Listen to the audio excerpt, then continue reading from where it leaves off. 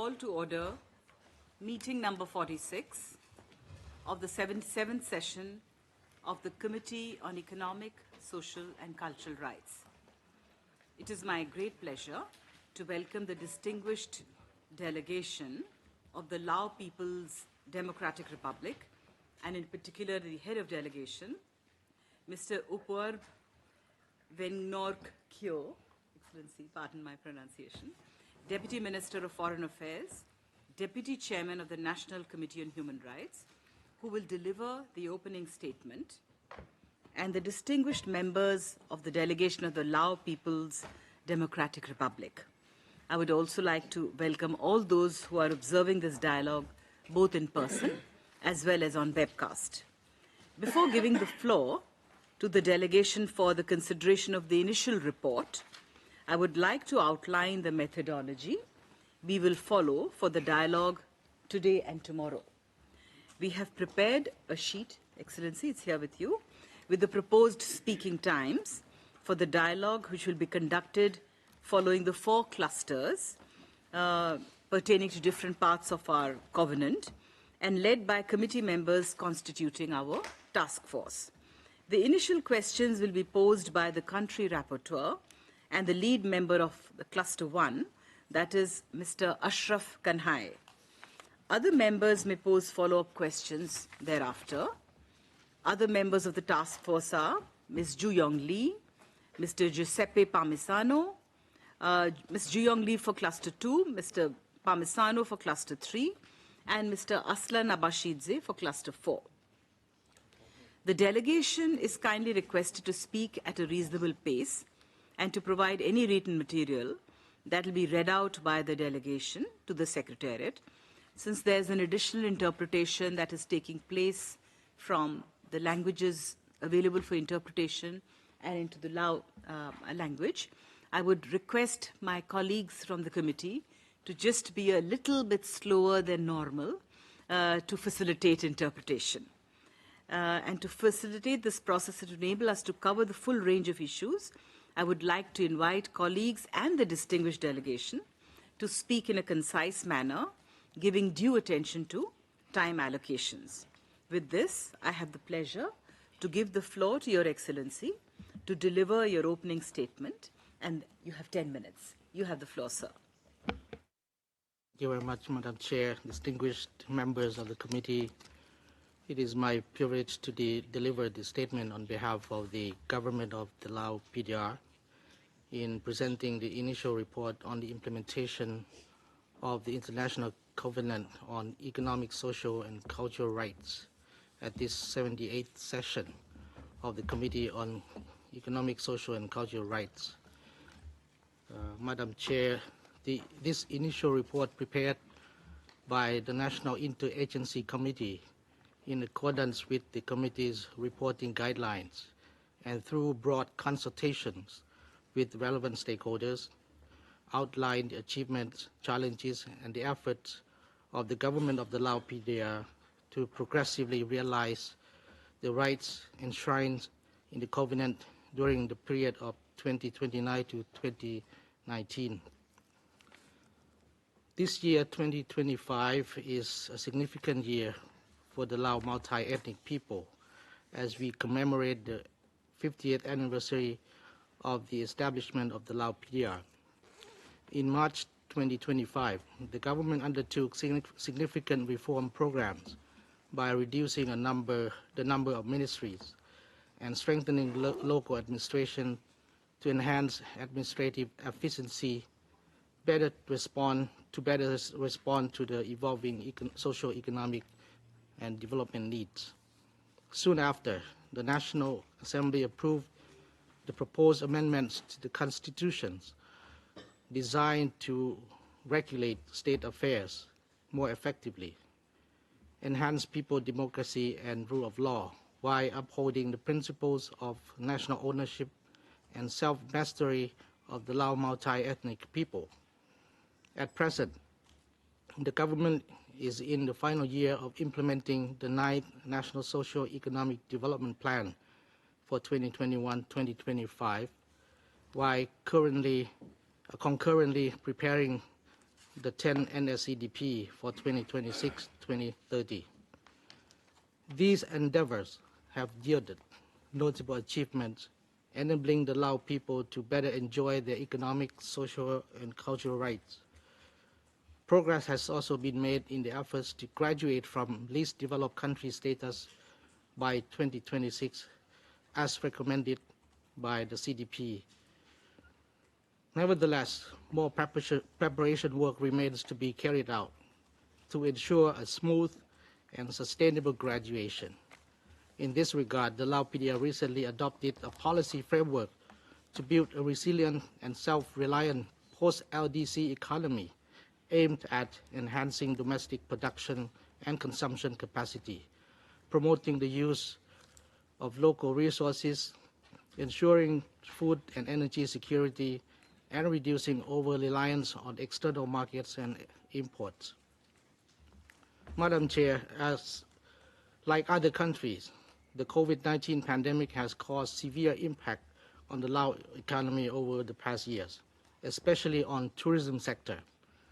Thanks to the strong economic performance during the pre-COVID period, the national poverty rate has declined dramatically from 46% recorded in 1993 to 16.8% in 2024. From 2021 to 2025, national economic growth is projected to average 4.24%, with GDP per capita reaching $1,996 in 2024, and is expected to increase to $2,085 in 2025. In the health sector, the government has implemented the universal health coverage policy and made substantial investments to strengthen healthcare development. This includes expanding and upgrading infrastructure, improving medical equipment, and enhancing the quality of healthcare services. The National Health Insurance System now covers 94.5% of the population, while the Health Protection Scheme has been extended to all provinces, ensuring that poor mothers and children have access to free healthcare services. In education, progress has been made in expanding early childhood education network and increasing enrollment rate for 5-year-old children and grade 1 students, while the dropout rate for grade 1 students has gradually decreased. Further advancement include providing hygiene facilities, school lunches, and scholarships for children from disadvantaged families. Regarding labor rights, the government has strengthened its policy and legal frameworks to promote and protect labor rights, notably through the reform and amendment of the labor law in 2013. Over the years, significant progress has been achieved in safeguarding workers' rights, expanding employment opportunities, enhancing social protection, promoting skills development, increasing women's participation in the workforce, and improving workplace safety, among others. In terms of cultural rights, the Constitution guarantees equal rights for all 50 officially recognized ethnic groups and safeguards their rich cultural heritage, practices, and traditions. The government places great importance on preserving, promoting, and showcasing cultural heritage of the Lao multi-ethnic people while encouraging their active participation in social and cultural life. These efforts are supported through national museums, provincial cultural centers, as well as various media and publications.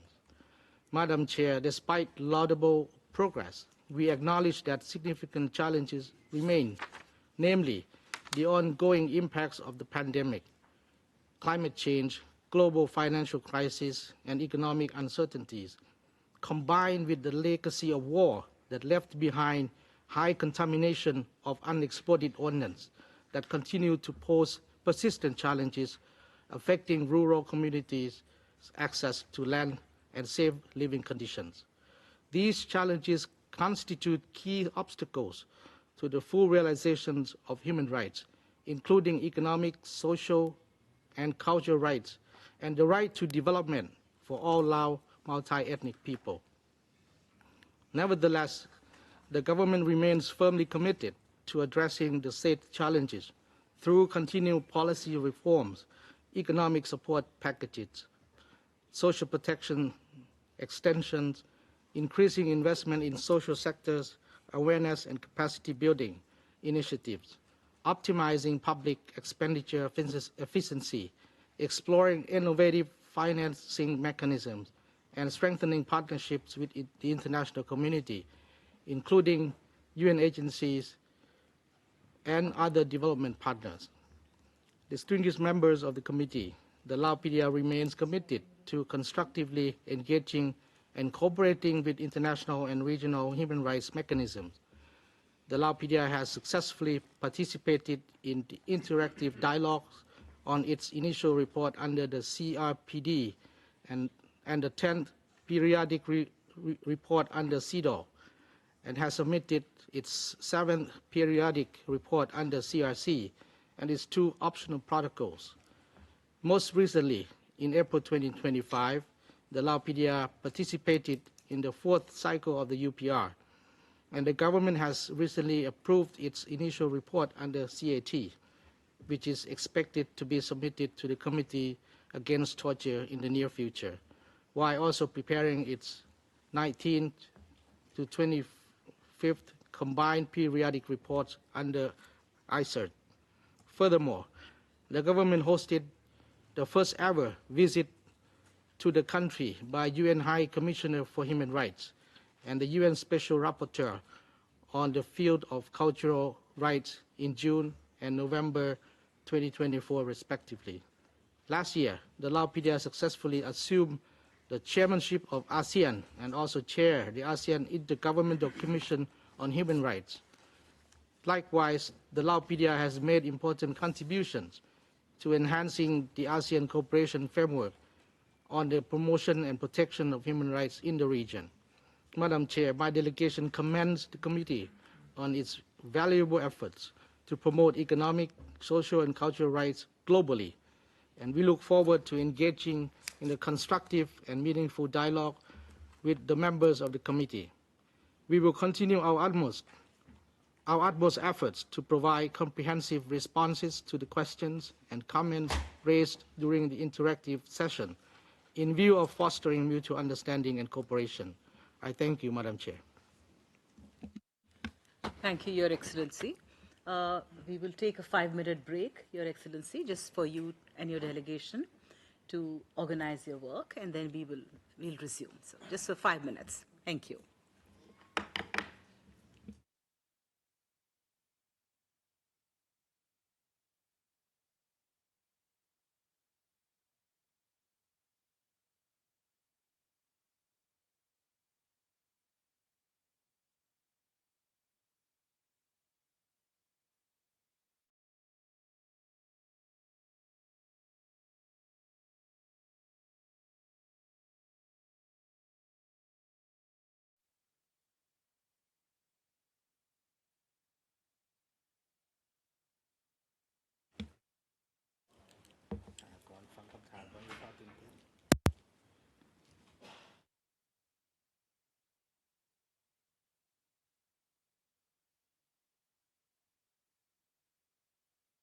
Chair, a very warm welcome to the distinguished delegation from the Lao People's Democratic Republic, and congratulations on the occasion of the 50th anniversary of the Republic. As rapporteur, I shall be responsible for addressing the issues relating generally to the obligations of Lao under the Covenant and under Articles 1 to 5 of the Covenant. My first questions are in relation to the domestic application of the Covenant. Will you please tell us what are the measures in place to incorporate the provisions of the Covenant into the domestic legal system and the progress achieved to ensure the primacy of the Covenant rights over any domestic legislation? And how do citizens obtain effective judicial remedies for the protection and enforcement of their rights?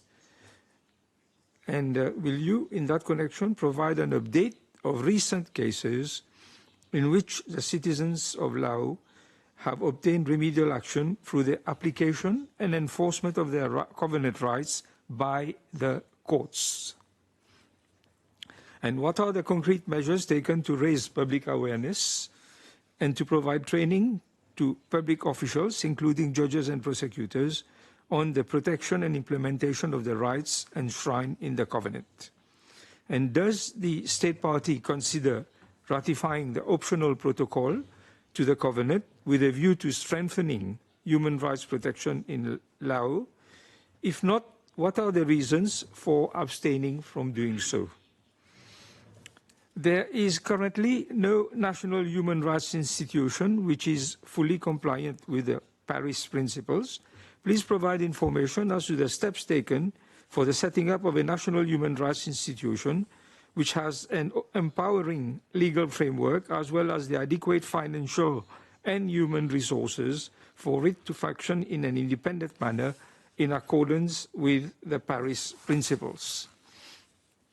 Despite constitutional provisions entrenching judicial independence, there are various reports indicating that the executive arm of the government exerts significant influence over the judiciary, adversely impacting upon the impartiality and independence of the courts. So what are the measures in place to safeguard, both in law and in practice, the full independence and impartiality of the judiciary and the separation of powers between the judiciary and the executive? How are judges appointed? What are the mechanisms in place with regard to the appointment, promotion, and security of tenure of judges, which would guarantee that the decision-making process of the judges is free from any political influence or any other form of pressure or interference from any other quarter? Now, there are also various reports of severe reprisals and intimidation, harassment, arbitrary arrest and detention, as well as reports of some cases of enforced disappearances and killing of human rights defenders and activists. Please provide information as to the measures taken in order to stop and prevent human rights defenders and activists and NGOs from being subjected to any undue harassment, intimidation or reprisals in the exercise of their activities for the protection and implementation of economic, social and cultural rights. Please also provide information as to measures taken in order to put in place an independent and effective law enforcement mechanism which ensure that all violations are promptly and impartially investigated and that those responsible are duly prosecuted and sanctioned. Concerning business and human rights, please provide information on the steps taken and the progress achieved for the adoption of a comprehensive legal framework and a national action plan to ensure that all business entities exercise human rights due diligence in the conduct of their operations in line with the UN guiding principles. Please also provide information supported by statistical data on the mechanisms in place to ensure that business entities carry out environmental and social impact assessment to measure the human rights impact of the implementation of projects, mainly with regard to mining, construction of dams and hydropower plants, the setting up of special economic zones and other large infrastructure projects. And what is the mechanism in place to afford effective remedies to victims of human rights abuses committed by business entities which violate the economic, social and cultural rights of indigenous people and other affected groups? And please tell us what has been done to address the damaging consequences of deforestation, loss of biodiversity and environmental degradation which have been caused as a result of the land concessions and development projects granted to both domestic and foreign companies for mining and other large-scale infrastructure projects.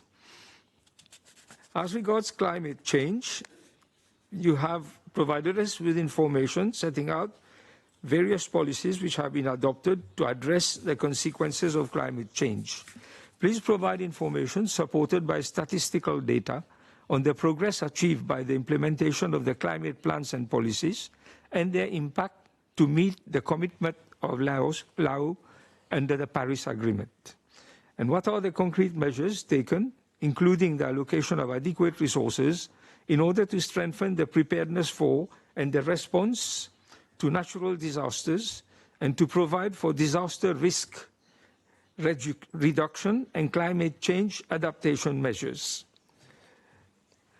What are the steps taken and the progress achieved in the implementation of climate change adaptation measures in order to effectively address the slow onset effects of climate change on agriculture, food security, water and sanitation, the environment, and natural resources, in particular for the protection of the more vulnerable and exposed groups of the population?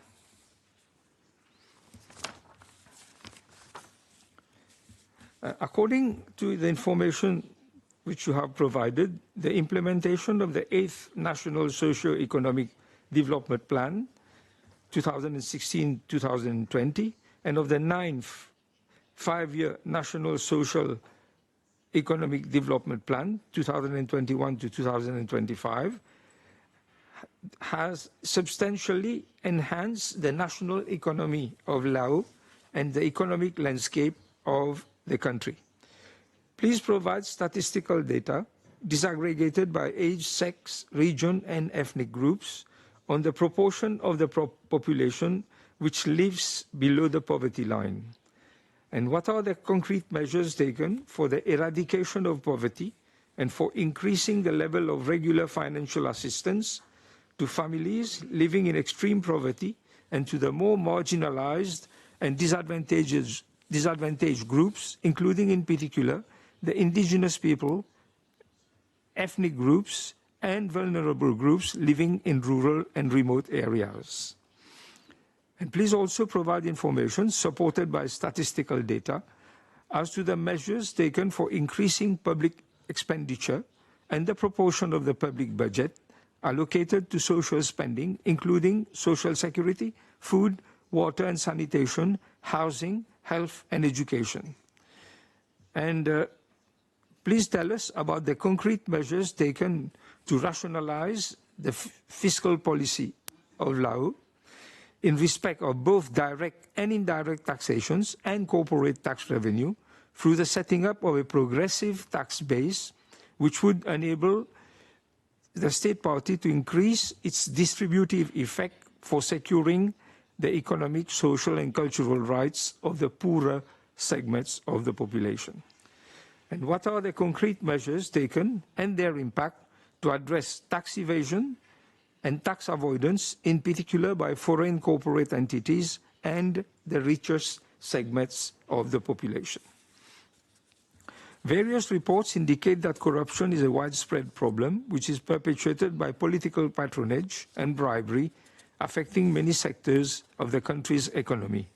According to the latest Transparency International's Corruption Perception Index, Laos ranked 114th out of 180 countries, indicating high perceived levels of corruption. Please provide information as to the concrete measures adopted to effectively combat corruption in all sectors, and particularly in respect of public procurement, land, tax, and judicial administration.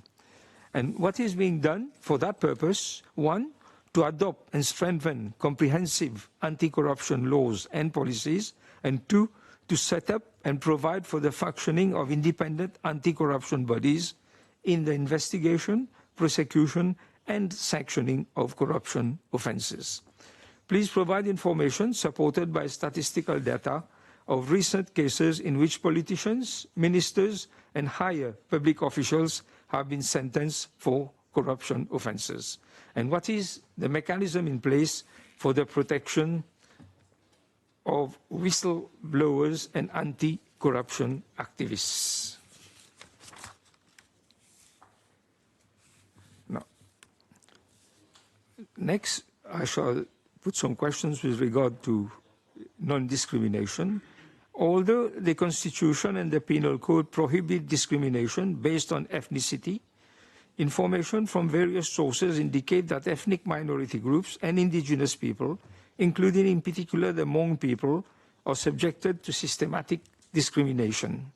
Non-Lao Thai groups have been disproportionately affected by relocation, separation from ancestral lands, and traditional ways of life, leading to a worsening of their economic and living conditions. Please provide information on the measures taken to adopt a comprehensive anti-discrimination law prohibiting discrimination on all the grounds explicitly prescribed under the Covenant, including ethnicity, sexual orientation, and gender identity. And what are the steps taken to provide meaningful protective and remedial measures against the discrimination, violence, military control, and other human rights violations reportedly faced by indigenous peoples, in particular by the Hmong people? And as regards denial of indigenous recognition, would you please tell us why ethnic groups are denied recognition and the right to self-identify as indigenous peoples? And what are the concrete measures in place for the recognition and protection of the collective and traditional land rights of indigenous peoples?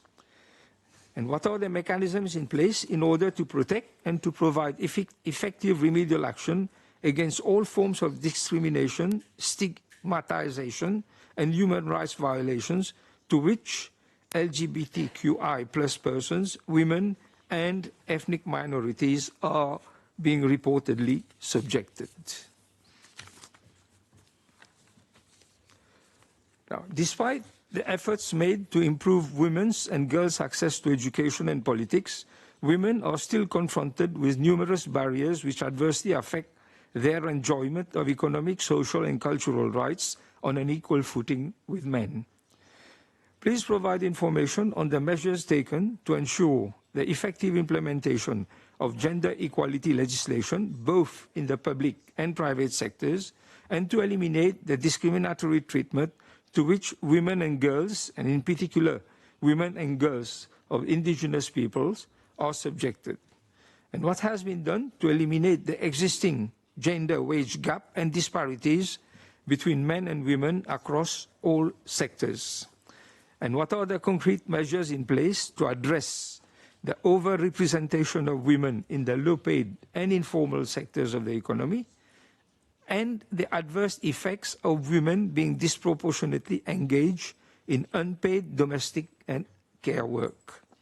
And what are the mechanisms in place in order to address women's and girls' vulnerability and exposure to gender-based violence, human trafficking, early marriages, and pregnancies?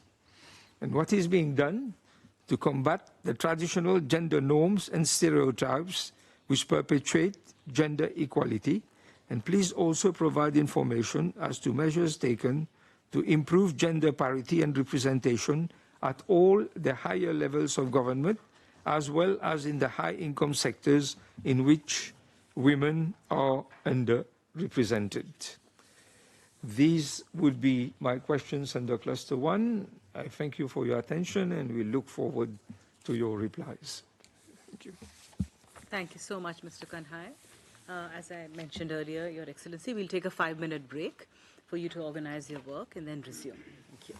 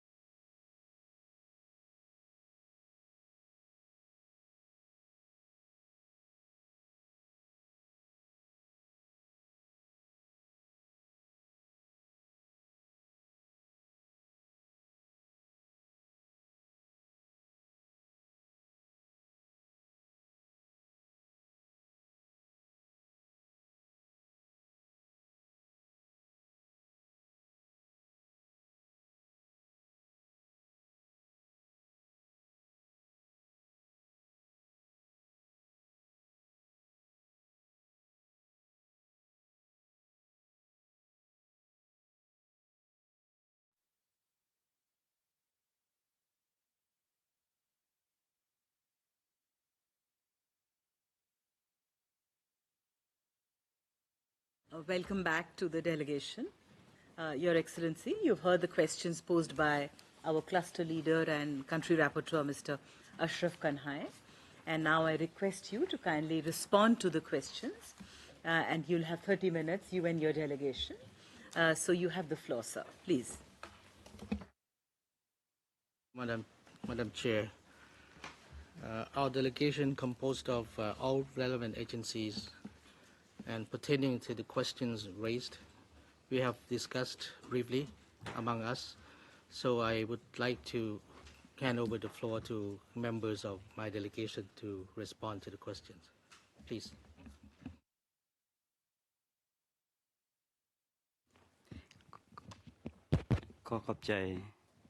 Thank you, Madam Chair. Thank you very much. I would like to pay respect to all the participants of this review. I come from Ministry of Justice. I would like to respond to some questions asked, raised by the committee. I will start with the first question pertaining to the implementation of the implementation of the covenant into domestic law. How we do. In this regard, we have laws that define the law on the making legislation of the Lao PDR with the countries and international organizations. In this law, it is clearly stipulated that all the treaties, international treaties, before implementing domestically need to be domesticated to domestic law before implementing those treaties and international conventions. With respect to the non-discrimination matters, we do not have a specific law on non-discrimination. We don't have a specific law that which is pertaining to the non-discrimination matters. The provision on discrimination is almost in all piece of laws of the Lao PDR. By doing so, we can guarantee that the discriminatory acts are prevented in all area of concern or sectors concerned, namely especially the discrimination against the rights of the women or the children. We do have a specific law. The prevention of discrimination or use of natural resources, we also have the specific law. So we have a specific law that guarantee that there's no discriminatory actions, especially regarding the provisions of the covenant. Another issue that I would like to raise with the committee, I would like to inform the committee that before they nationally adopt a law, we conduct public consultations from the people in the country, particularly people who are who had to require specific attentions by the government, namely the women, children, vulnerable people, or those who live in remote areas, or the target or people who live in the target poor areas. We need to conduct public consultations from them. All these are defined in the law, especially in the law on making legislations. So before the National Assembly adopts a particular law, and to consider a particular law, the legislator needs to guarantee that those laws has been subject to public consultation by people and then gone through due process. Additionally, in addition to the public consultations, we also publish those laws on the website of the Ministry of Justice in order to people to get access to the draft law and provide the comments and views on the draft law through the due process as defined by law on making legislation. So in the past up to now, we have received support, we received financial support, technical support from the international organizations, namely the UNICEF, the UNDP, and other development partners that support us to have a clear understanding of the contents of the treaties. So we learned a best practice in the implementation of the covenant and to what what are conditions we can meet based on the context of the Lao PDR, because we have a limitation in terms of understanding of the contents of some treaties. So in this regard, so we can guarantee to some extent that the international covenant has been implemented in the old domestic Lao law. And this is what some short comments I would like to share with the meeting. And the next item, I would like to move to the next item, which is the training to the judges or prosecutors to have the understanding about the human rights related issue. So initially, we did under responsibility of Minister of Justice with the Minister of Foreign Affairs. So we have developed a manual, we have organized trainings, conference related to all laws, and especially on all the human rights related conventions before we domesticate those laws into domestic law. And some organizations had worked with the judge, prosecutors, and they also organized their specific training for the judge and prosecutors, especially for the investigation and prosecution. And in terms of numbers, we started providing training on human rights from 2005, and many judges, many prosecutors, we can say that almost judges and prosecutors in the country have been trained to have a good understanding about human rights. So this is about the short comments I would like to share with the meeting. For the issues, I would like to provide my comments at a later stage. Thank you.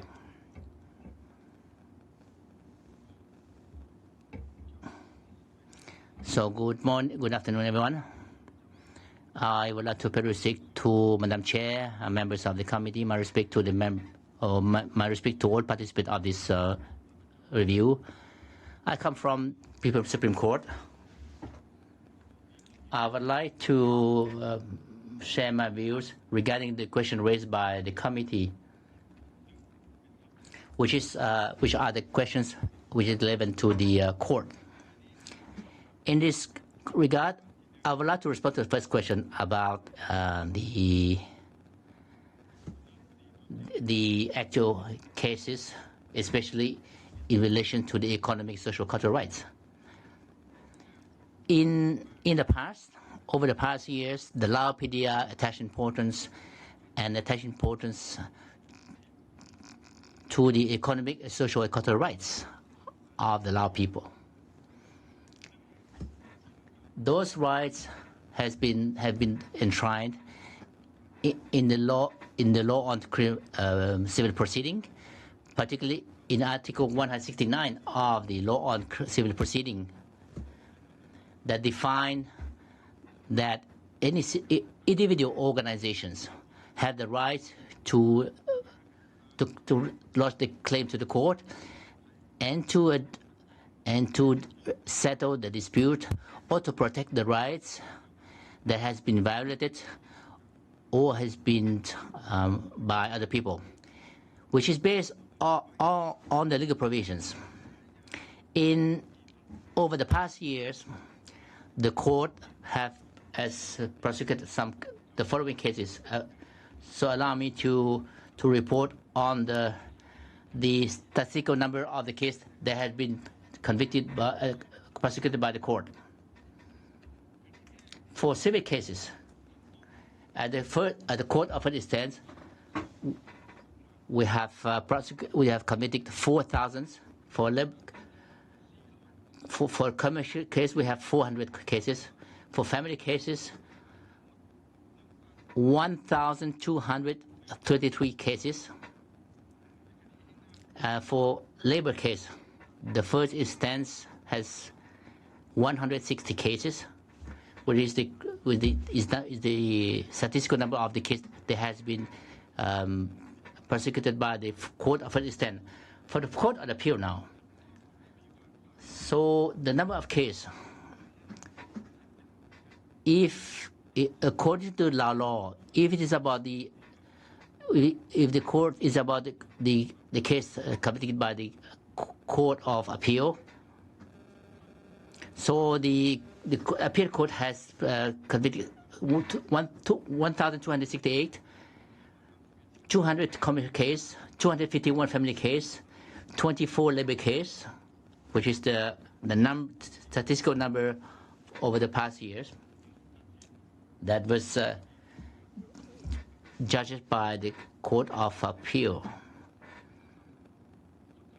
So it's about the first question. For the second question, this second question is about the independence of the court. In this regard, I would like to inform the committee and the meeting that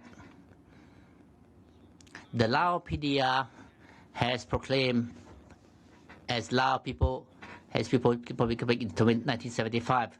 At that time, the Lao PDR did not have any law. So the management of the state, we refer to the resolution of the Council of Ministers until 1986. So the government has decided to rule the government of the law by laws. From 75 to 86, in terms of the case adjudication, we refer to the order number 53 of the government.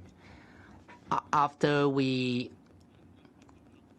turn to the rule of law development, so we started having laws in the Lao PDR, and so the management of the state from the 90s, we govern the country by laws, especially for the court proceeding. So we have a specific law on case proceeding. We have the law on civil and criminal proceeding. So in terms of independence of the court, also defined in the Constitution of the Lao PDR, the Constitution defines the law on the court, also define the independence of the law. The law on the judge also define the independence of the law, and the law on the civil and criminal proceeding also define the independence of the judge. So the judge needs to be independent in the case proceeding without any influence by other parties. So in practices, when we start having law, so the court apply the law strictly, but respecting the law in terms of independence of the court. So it's about the question to the second question. For the third questions about the appointment of the judge, the training to the court to the judges, the Lao PDR has its own training institute that provide training to the judges. In the law on the judges of the Lao PDR, it defines that someone who would like to become a judge need to be trained, to receive training. And after receive training, then they can be appointed as assistant judge. So after 3 years of being assistant judge, so they can pass an exam to become a judge. In other words, they had to go to the position of assistant judge before, but before becoming assistant judge, they have to be trained. And after 3 years of being assistant judge, so they can pass the exam to become a judge. So they have to they can be eligible to become a judge. So I would like to inform the committee against the judge in the Lao PDR. We have 4 levels. We have level 1, level 2, level 3, level 4 judges. For level 4 judges, judges that adjudicate the case in High Court. So in terms of training and appointment of the judge in the Lao PDR, so for level 1 judge, need to pass an exam to become level 1 judge, and they can be promoted from level 1 to level 2. They don't have to pay exam, but they have to be level 1 judge for 3 years before becoming level 2 judge. And from level 2 to become level 3 judge, so we take 3 years, another 3 years to become level 3. And from level 3 judge to become level 4 judge, they have to spend 5 years to be able to pass to pass the exam to become level 4 judges. So it's about the process of the appointment of the judge and the training to the judge in the Lao PDR. For the appointment of the judge, so they are appointed by the National Assembly of the Lao PDR. And the dismissal of the judge are made by the National Assembly of the Lao PDR. So there were 3 questions to the 3 questions of the committee. If I did not cover anything, please feel free to ask any follow-up questions to me. Thank you.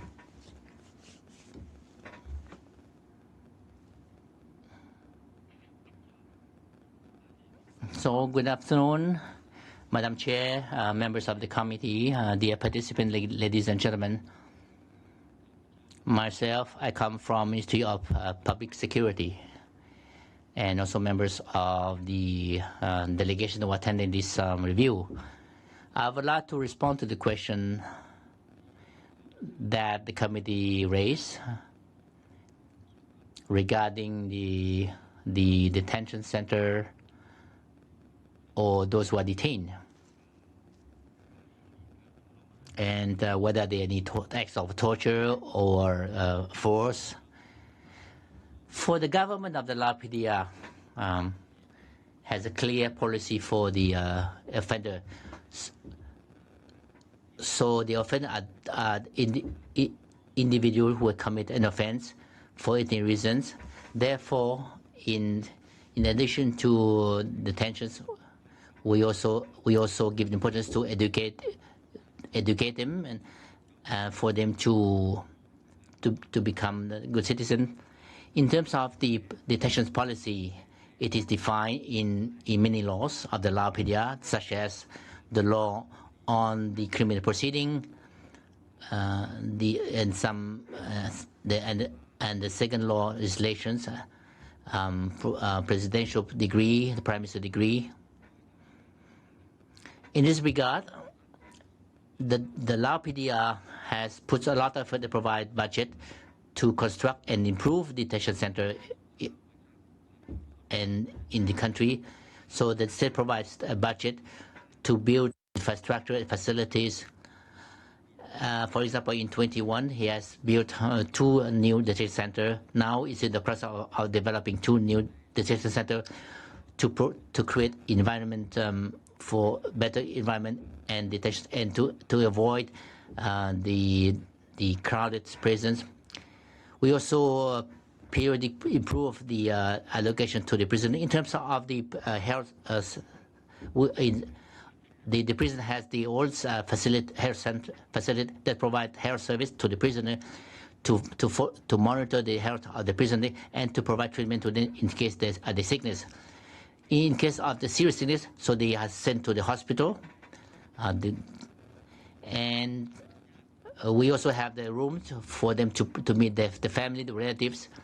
So they provide the conditions for the prisoner to meet the families and their relatives and the friends. We also provide facility for the prisoner to follow the news. We also have we separate the detention between men and women, and between the people with sickness. Every year, the government attaches importance to respecting the human rights of the prisoner, to propose the pardons, especially those who has a good behavior after they serve the sentence, and to commute the sentence or to release them before the terms, and also especially on the special occasion of the country. In 2025, the government has proposed to the president to consider granting its pardon to 2,300 prisoners, including 239 women, 19 foreigners, including 4 women. This includes 30 cases of commuting the life sentence to 20 years. 300 has been released before the term, including 73 women and including 7 foreigners. So the Lao PDR is a country that has been impacted by the drug, and many people are drug addicted in the country. So many cases are linked to the trade and the possession of the illicit drug. which constitute a serious crime according to the Lao PDR, which can serve the highest sentence, which is death penalty. That's why we have an increasing number of people who are sentenced to death penalty. Now we have 838 who have been sentenced to death penalty across the whole country. Even though we have the numbers of the people who are sentenced to death penalty, but nobody have been executed so far from 1989 up to now. No. On the contrary, the prisoner who has sentenced to death, 10 every year 10 or 20 has seen the committed to life imprisonment, and many had received policy to commute the life sentence to 20 or 30 years of imprisonment. So that is about the data that I would like to share with the committee regarding the question that was asked to me. And I will be pleased to answer any follow-up question if you have. Thank you.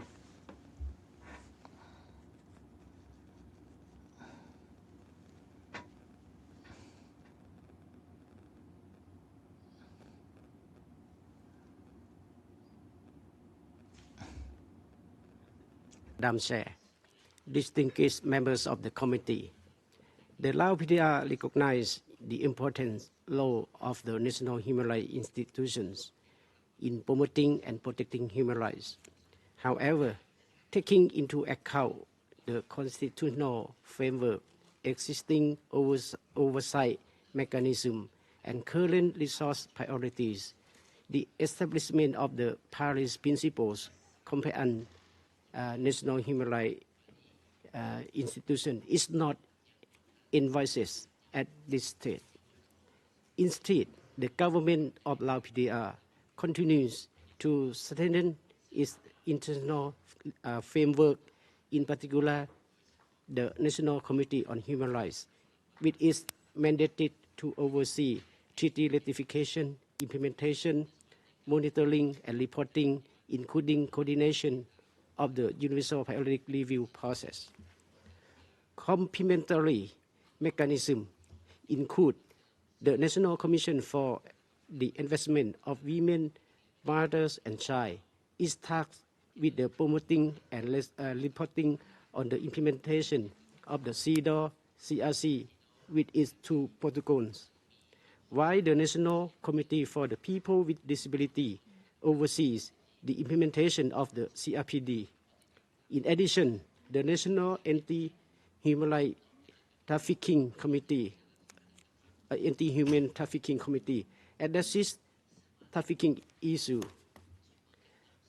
Current efforts focus on enhancing the capacity of National Committee on Human Rights, its secretariat, and human rights focal points at central and provincial levels. At the same time, the Lao PDR continues to study the national human rights institution models and international best practice while periodically reviewing institution arrangements as conditions evolve. The immediate priority remains strengthening the efficiency and effectiveness of existing mechanisms. Thank you. This is I would like to respond to the establishment of the National Human Rights Institution.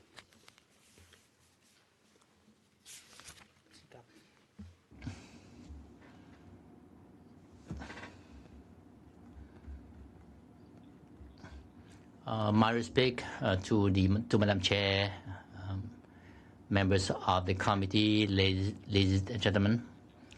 I would like to clarify or share my comments on the question raised in relation to the roles of the Ministry of Natural Resources in agriculture. There are 4 questions. The first one is about especially the human rights in relation to the mega project. The second issue is about the land rights tenures of the ethnic people. The third question is about the climate change, and the fourth is about the rights and how do we It is about the poverty alleviations. So in the past, the Ministry of Natural Resource and Agriculture had collected data, especially the concession project in the Lao PDR. And now we have 2,300 concession project. For the large scale project that we have implemented, especially the hydropower project, the mining exploration project, and other projects that have some impact on the people's livelihood. So in the past, we attend importance to applying the law strictly. So the laws we apply are we have the law on the business, the investment promotion, the land law, the law in environment protection, the law and nature resource, the law on and other law in degree. So all project that has been approved to the actually need to respect to enjoy the quality and to conduct and need to conduct the environment assessment and environment impact assessment before running the project to ensure that impacted people has a better life. In terms of allocation, in terms of getting access to healthcare, and to receive compensation for the mega project. The approval that has been given in the past, we seek for the views from the people, especially on the environment impact assessment. We organize meetings at the village, especially for the impact people to it, and to provide the comments and views to the development project. We also organize meetings at the district level. We also organize meetings at the provincial level by inviting all the stakeholders to provide the comments and share the views. And also at the central level, we also organize before we issue the environment impact assessment permit. We also publish the news on the website, the social media, to allow people to provide comments and views. So we strictly follow the law. In terms of paying compensation, so the mega project need to pay compensation if people are affected by the development project. So on the land law, Article 150, Article 44 clearly stipulate the mode of compensation by appointing the compensation committee.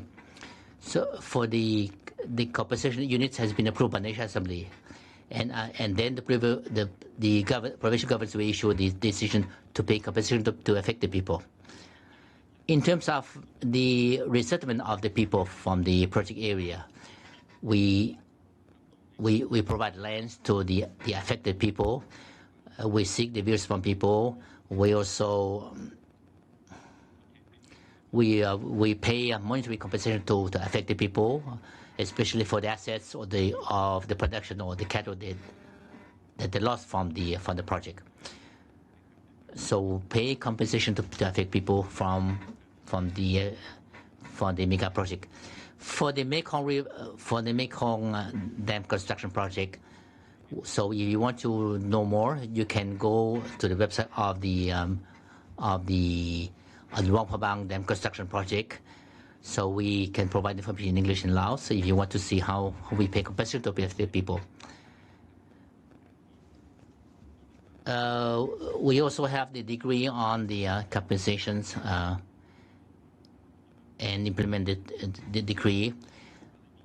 So we need to ensure that people can get access to electricity and ensure that people have better livelihood, and can ensure that children can get access to school and get access to hospital when they are sick. And we also provide trainings how to raise cattle and to allow them to have permanent occupations. So these we have done with compliance with the strict environment impact assessment issued by the Ministry of Natural Resources and Environment. In terms of the land issue, for the land issue, in the land law, so the property belong to the national community. The state is represented in the management and administration of the land, and to give the lands for permanent and long and sustainable use of land. So aliens, foreigners have the right to receive land concession, not exceeding 50 years. In the Lao PDR, there is no indigenous people. All ethnic groups have equal rights to use land. In case in rural area, there is no land title, especially in Article 130 of the land law, especially on the recognition of the customary land use. If people had used the land for 20 years, certified by the village authorities, so we recognize the land. If they are affected by any development project, so they will be subject of compensation. So it's about land use rights. In terms of climate change, so in the past, the government attached importance to conduct the impact of the climate change especially on the economic and social equity rights, especially those who has been abandoned, especially vulnerable people. So we have now a national climate change strategy that was adopted in 2010 and was revised to become visions by 2030 on climate change, signed by the Prime Minister of the Lao PDR. We also have we also have a national climate action plan to mitigate the impact of climate change. We also revised the law in environment protections. We have the green growth strategy. We're looking on climate change of 2019. We have the law on national disaster management of 2019. We also have the law on the activities of the natural disaster committee. We also have the carbon credit degree and also a piece of legislation. In 2021, we also complete the assessment of the vulnerability in 148 districts. So we make an assessment of the vulnerability of the 148 districts, and we also define the climate change mitigation measures, especially as a main data to develop plan.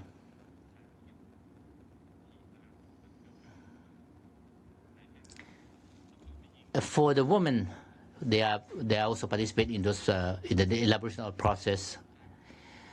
We also established we have established 140 meteorology stations, and we also have 170 hydromet stations.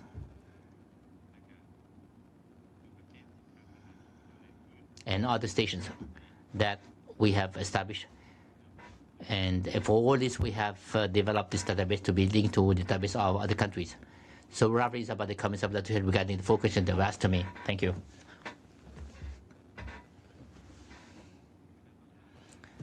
I would like to spend some time to provide additional comments on the anti-corruption efforts. I see that over the past years, we have put a lot of efforts in combating the corruption in the country. So this data that was provided to the committee. So in 2024, we rank from 114. If you compare with 2020, we ranked 164. We try our best to prosecute the case. Now we have 56 cases that they prosecuted, and the case of corruption. These include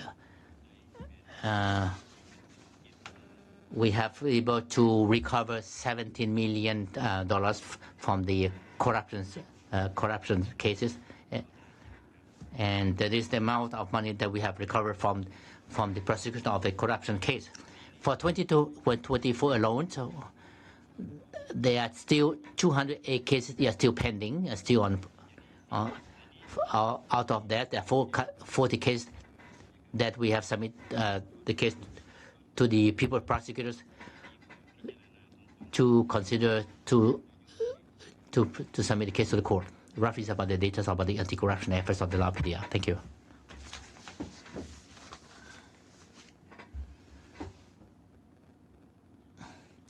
So, good afternoon. I would like to provide information regarding the women, especially in the leadership position. For the Lao PDR, we create conditions to strengthen the capacity of women to be developed in all aspects. So in the past, women has hold many positions in the, especially in this, as a civil servant at the central level. So we have at the minister level that covered 20.6%. We have at the provincial level we have women that holds position of governors encompassing 70%. And for women as a members of National Assembly, they covered more than 20% of the total numbers of parliamentarians. At the provincial, the provincial, women cover 35%. And it's only at the provincial level we have not achieved the target yet, because the women are in minority. But the Lao women unions,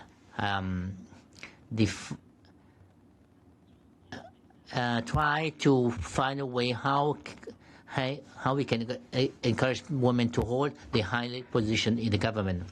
So we have the action plan with a project for 2030. So we will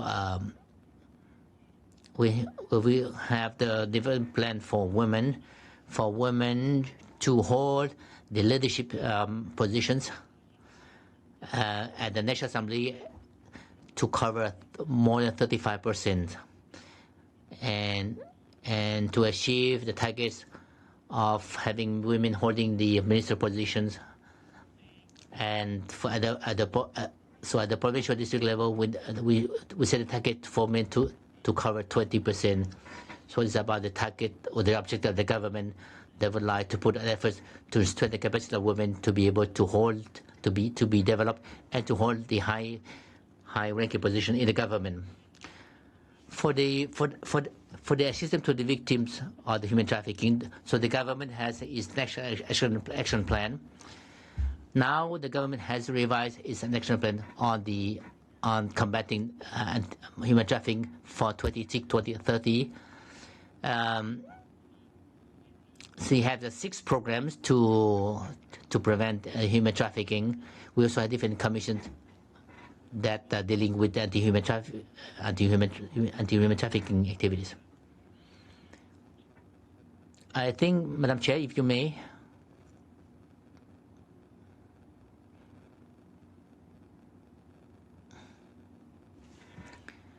I would like to touch upon the questions about the ethnic group. I would like to be short. For Lao PDR, we comprise of the 50 ethnic groups, so they live peacefully. So they coexist peacefully in harmony. But there was a question asked: what is only one ethnic group that is subject of prosecution? So I can provide the statistical data. No matter what ethnic group they are, if they commit an offense, if they violate any articles they will be prosecuted according to law. There is only any group, if they commit an offense, they will be prosecuted according to the law.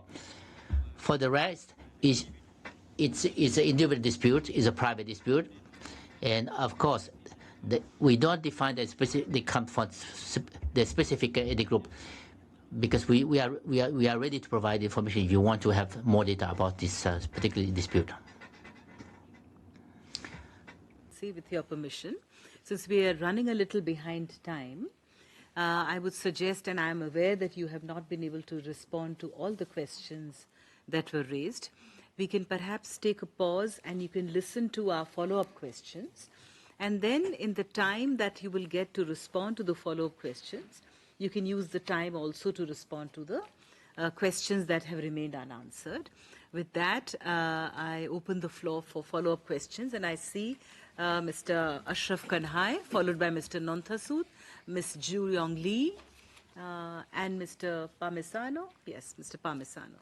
So, Mr. Ashraf Kanhai, you have the floor, sir.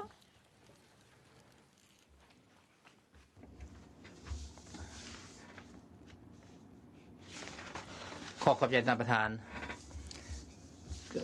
เขาพเจ้าเข้าใจสภาพว่าเขาจะว่ายังมีเมียคงคิดที่เขายังบ่ทันได้ตอบจบครบถ้วนเนาะ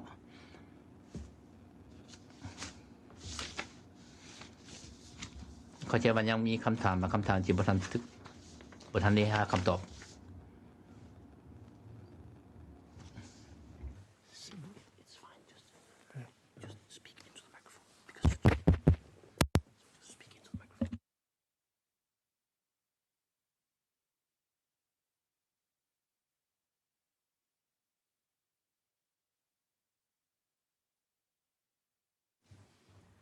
Yes, thank you, Chair. No, I was saying that there are some issues which have not yet been covered. I understand that. But just to remind the distinguished delegation, there are important issues which have still not been covered. First, business and human rights. The main question was whether there is contemplated any comprehensive legal framework and a national action plan for business that would ensure that business entities exercise human rights due diligence in the conduct of their operations. This is one aspect, and then the second aspect is what steps are being taken to put into place legislative and institutional mechanism and provisions in order to afford effective remedies to victims of human rights abuses by business entities. And regarding discrimination, there was a specific question with regard to protection and remedial action against all forms of discrimination to which LGBTQI+ persons may be subjected. And of course, one of the main issues of concern was human rights defenders and NGOs. We have had a lot of information concerning the criminal setup and proceedings concerning detention and prosecution generally. But the question was quite specific, was we are concerned with reports of severe reprisals and intimidation, and even cases of enforced disappearances and killing of human rights defenders. So what we are concerned with, what are the mechanisms in place to prevent and to stop any possibility of any such abuses. And in that connection, it is important to find out what are the mechanisms in place to provide for independent, investigative, and prosecution bodies. As regards, then of course, we haven't touched at all upon the question of the economic issues, available resources, with regard to budgetary allocation for social spending, that is concerning all the for the enforcement of mainly for the enforcement of the economic, social, and cultural rights, social security, food, water, and sanitation, housing, health, and education, and about the possibility of introducing a progressive tax base, and also measures taken to avoid tax evasion and tax avoidance by the foreign corporate entities and the richest segments of the population.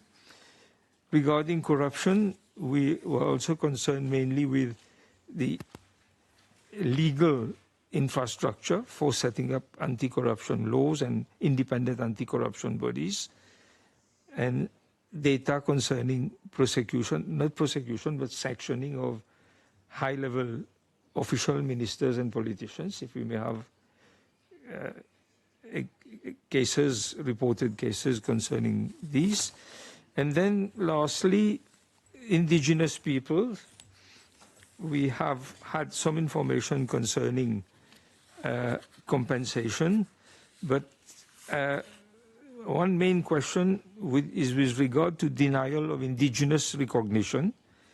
So if we could please expatiate on why ethnic groups are denied recognition and their right to self-identify as indigenous peoples in accordance with international norms applicable to indigenous peoples, and what are the concrete measures in place for their recognition, and also what has been done to afford not only effective protection against, but also adequate compensation for forcible eviction, relocation, land grabbing, and the impact of environmental degradation, in particular on the water and food security of the indigenous peoples, and the impact, adverse effects on their health and means of livelihood following the introduction of the large infrastructure projects, including hydropower dams in the Mekong River. And by way of illustration, with regard to compensation, it would be grateful if we could be provided some information as to what has been done to provide adequate compensation to victims of the Sepian and Se Nam Noi Dam collapse, which occurred on the 23rd of July 2018, and as a result of which, following the impacts of the disaster, the victims, there were 71 persons reported dead, a large displacement of thousands of persons and flooding of homes and whole villages. According to reports from an independent expert panel, the state has received compensation to the tune of $91.2 million by the project developer PNPC, which has been paid to the state. So we would be grateful if we could be provided information of what has been done for compensation of these victims. So I would stop there, knowing that there are still other answers which are being projected. Thank you for your attention. Yes. Thank you, sir. Mr. Nonthasut. Thank you, and welcome the delegation, Sabaidi. I'm very familiar with Lao PDR because it's a neighboring country to Thailand. Now, I have 2 reactions and 3 follow-up questions. The first reaction is to and I really appreciate the transparency of information. I just now heard that there are 838 people on death row in Laos. I just want to quickly ask, because Laos is also a state party to the Covenant on Civil and Political Rights, and Article 3 of that covenant enshrines the right to life and asked that state party only impose death penalty on the most serious crimes. So to what extent the delegation or the government is putting review of those legislation which carries death penalty? Second reaction is to the information of the establishment of a national human rights institution in accordance with Paris Principle. I understand that there are a few government status sectoral bodies handling human rights in general, including or particularly National Committee on Human Rights. But what is the timeline that the government envisions toward the establishment of a fully fledged Paris Principle National Human Rights Institution? So those are 2 follow-up reactions. The questions are these. I think perhaps the most salient concern of Lao PDR at the moment is, in relation to this covenant, is the indebtedness of the nation and the liquidity issue. Lao PDR has more than 100% of debt to GDP, which is hindering the fulfillment of a number of economic, social, and cultural rights obligations, construction of schools and infrastructure. What is the plan of the government to address holistically the issue of indebtedness, whether or not you are seeking to ask for debt forgiveness? And it relates to the question raised by the country rapporteur as well about budget allocation. If you have declining resources, what are you going to do to maintain infrastructure that underpins the livelihood of your citizens and people? Second question pertains to business and human rights. And here I would underscore the importance of having a robust national framework on business and human rights in accordance with the guiding principles on business and human rights. But more importantly, perhaps, an aspect that must be reiterated is the grievance mechanism. To what extent those victims of the project, I understand that there is one particular project, Sepen Se Nam Noi Dam, which has been raised, to what extent they can make an appeal effectively. And third question relates to legal standards. The country rapporteur, I'm not sure whether this has been asked, but we have a standard, a default question when we ask about legal standard. We always encourage and ask the plan or the trajectory of state party, which is already a party to the covenant, whether or not you have a plan to also ratify our optional protocol, which would allow communications from victims to be made to this particular committee. And second point to that is I understand that you have signed in 2008 the Convention for the Protection of All Persons from Enforced Disappearance in 2009. Here we are in 2025. I would like to actually ask whether you plan to actually ratify that particular convention. And if you do have statistics like the one that you show on persons on death row, of how many people have been involuntarily disappeared in the state of Laos. I would really appreciate the information. Thank you very much. Thank you, Mr. Nontasut. Ms. Lee. Thank you, Chair. I would also welcome the distinguished members of the delegation. I would like to follow up the obligation to use the maximum available resources for the realization of covenant rights. World Bank reports indicate that the general government revenue of the state party is below both regional and income group averages, and spending on health, education, and social protection is also very low. And as already Mr. Nontasut mentioned, that the heavy debt service commitments are further constraining fiscal space. So I would like to hear concrete measures to enhance the mobilization of resources and allocate adequate budgets for the realization of covenant rights, including the answers to the questions posed by the country rapporteur. How do you assess the impact of debt service on the enjoyment of covenant rights, and what safeguards are in place to ensure that debt service commitments do not reduce the budgetary space needed for education, health, adequate food and water, and social security? How will the state party ensure that negotiations with major external creditors, including China and the World Bank's International Development Association, are transparent, including human rights impact assessments, and safeguard public expenditure needed for the realization of covenant rights?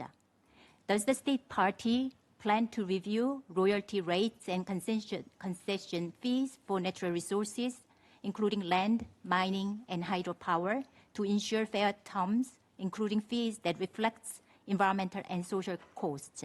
Thank you for your attention.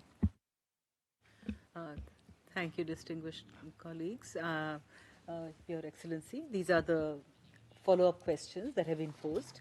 So you have the next 20 minutes to respond to the questions that have been raised now, as well as those that were left unanswered. You have the floor, sir.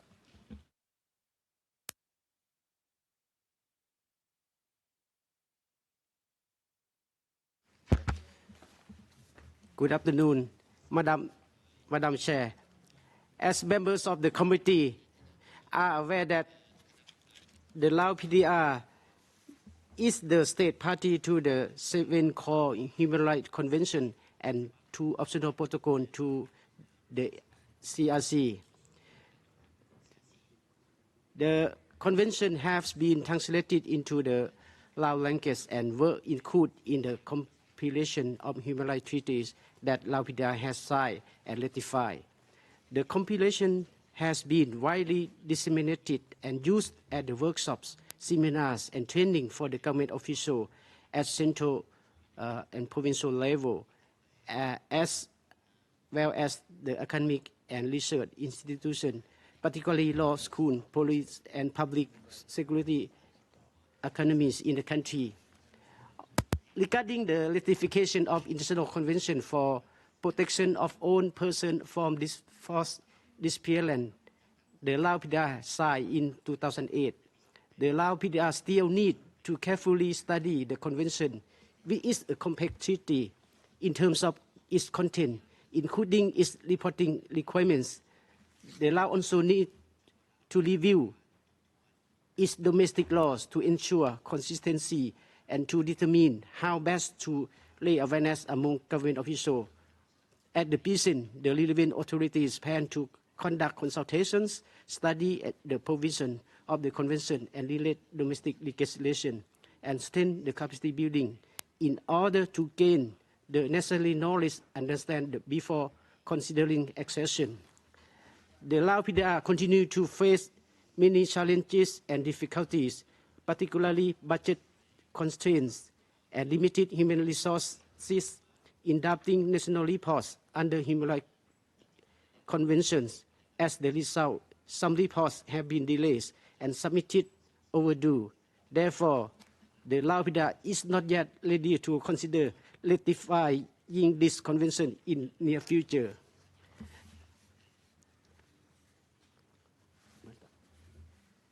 Thank you.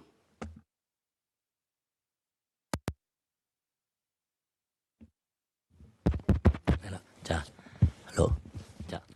Okay, I also would like to classify and identify that for the indigenous term, due to the Lao PDR Act on 50 officially recognized the ethnic group are equal under the Constitution, domestic law, enjoining the same legal status, right and protection as Lao citizens. The national legal framework makes non-distinction between the ethnic group based on their population size and does not accord special status to any group. Instead, it upholds the principle of unity in diversity, equality before the laws, and non-discrimination in accordance with the Constitution and relevant domestic law. Therefore, the concept of indigenous people as defined in some international context is not applicable within the national context of the Lao PDR. I also would like to clarify this point, and then I also would like to continue with LGBT. Yeah. For the LGBT here, the gender,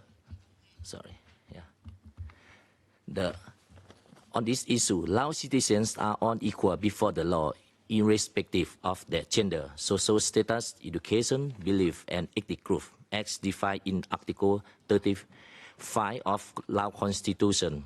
The gender equality in family relationship stipulates in the revised family law approved by the National Assembly, Article 2, men and women have equal rights in all aspects of family relationship. Family relationship exists regardless of origin, economics and social status, race, ethnic group, cultural, occupation, and religions, geography.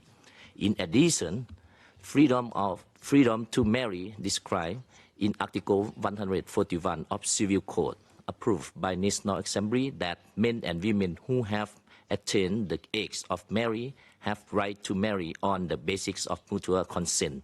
Individuals, family, or organizations have no right to force or hinder the marriage of children, grandchildren, other family members, staff, and officers under their management. The Lao PDR has its own unique culture and long practice tradition.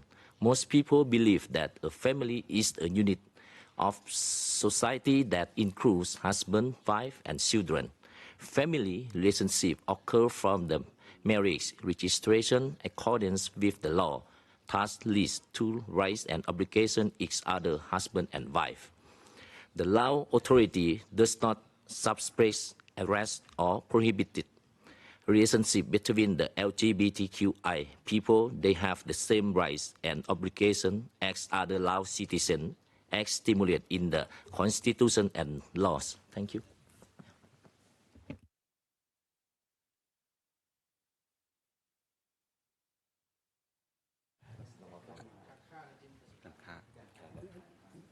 Thank you, Chair, for the floor. I respond to the questions on behalf of economic sector concerning to business and human rights at the forum.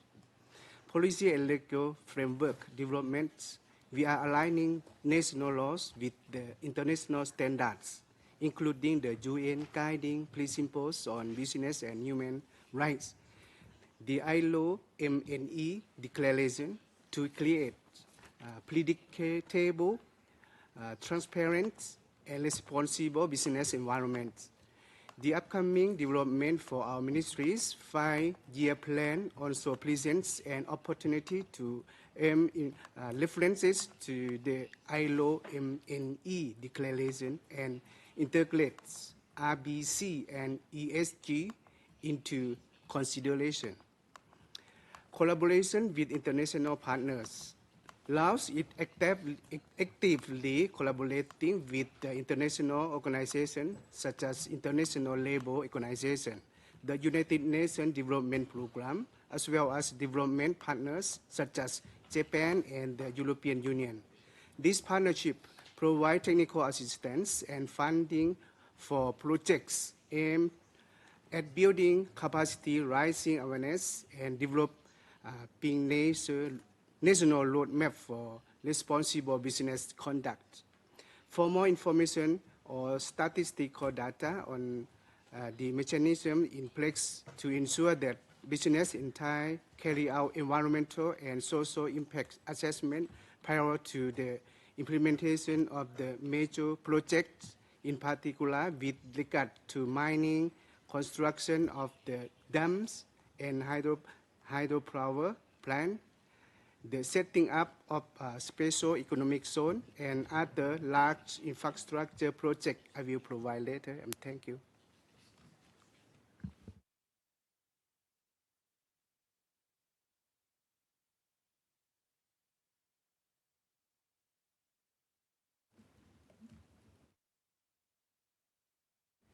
Dạ,ข้าพเจ้าขออนุญาตให้ข้อมูลเป็นต้นแมงเคลื่อนไฟฟ้าเซเปียนเส้นน้ำน้อยแตกซึ่งว่าพวกเราปัจจุบันนี้ถือว่าปฏิบัติสดเชยทดแทนค่าเสียหายถือว่าสำเร็จ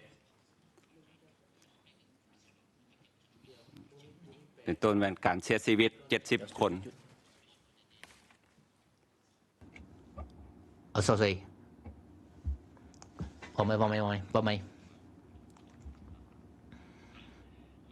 So allow me to repeat what I was saying again. I would like to provide information regarding the CPS and Namnoy hydropower projects. In the past, the government of the Lao PDR has appointed the central committee by working with the provincial authority to pay compensation to the victims of the Sinanoy tsunami project. So we have completed the compensation to the victims already. In terms, we have 71 persons who passed away. So we pay compensation up to amounting to $700,000 to the victims. And we also have a pay compensation amounting to $200,000 to people who had lost the houses. And we have paid $10 million to the affected villages, and we paid $3 million to the lightly affected villages. We have constructed 120 houses amounting to $500,000 for the business unit that has been affected. So we paid them $10,720,000, and we also pay compensation to infrastructure project, including schools, amounting to $8,727,000. And in terms of environment aspect, we also paid $9,627,000. So overall, we paid the total amount of, by working with the government and the project, so we paid the total amount of $55,429,000.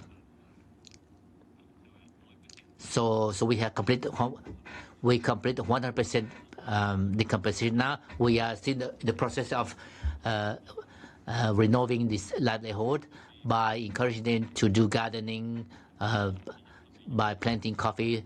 So if they want to go back to the affected area, so they can do it. They can in order to improve their livelihood. So it's about the numbers I would like to provide the committee regarding this project.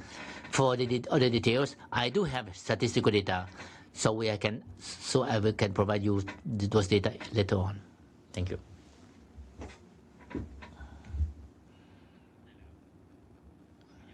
So with the permission of the chair, I would like to once again to respond to the question regarding the corruption. Especially the highest position that was is the the vice governor, and we also have the DGs, deputy director generals level, that was prosecuted for the corruption cases. For the second question is especially for the death penalty that we received questions raised by the committee.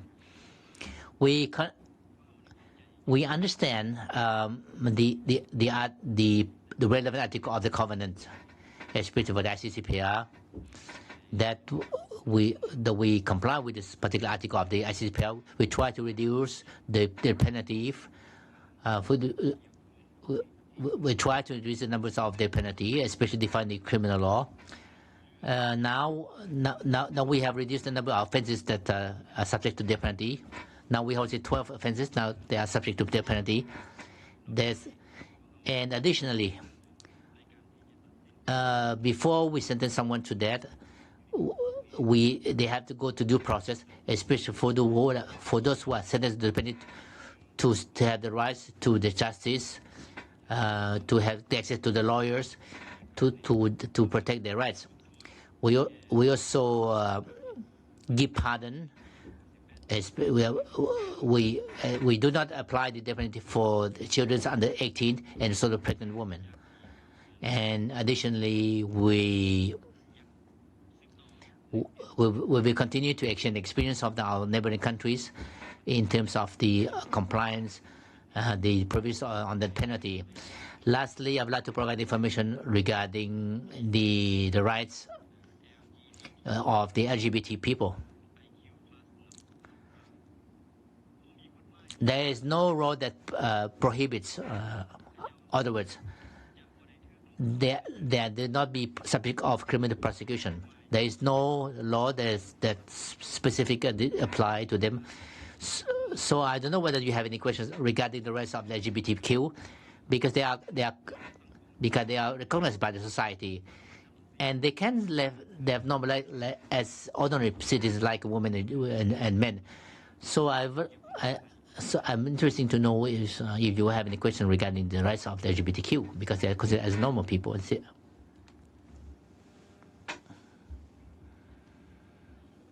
I also would like to report a little bit on the national economic development, especially for the 5-year period from 2021 to 2025.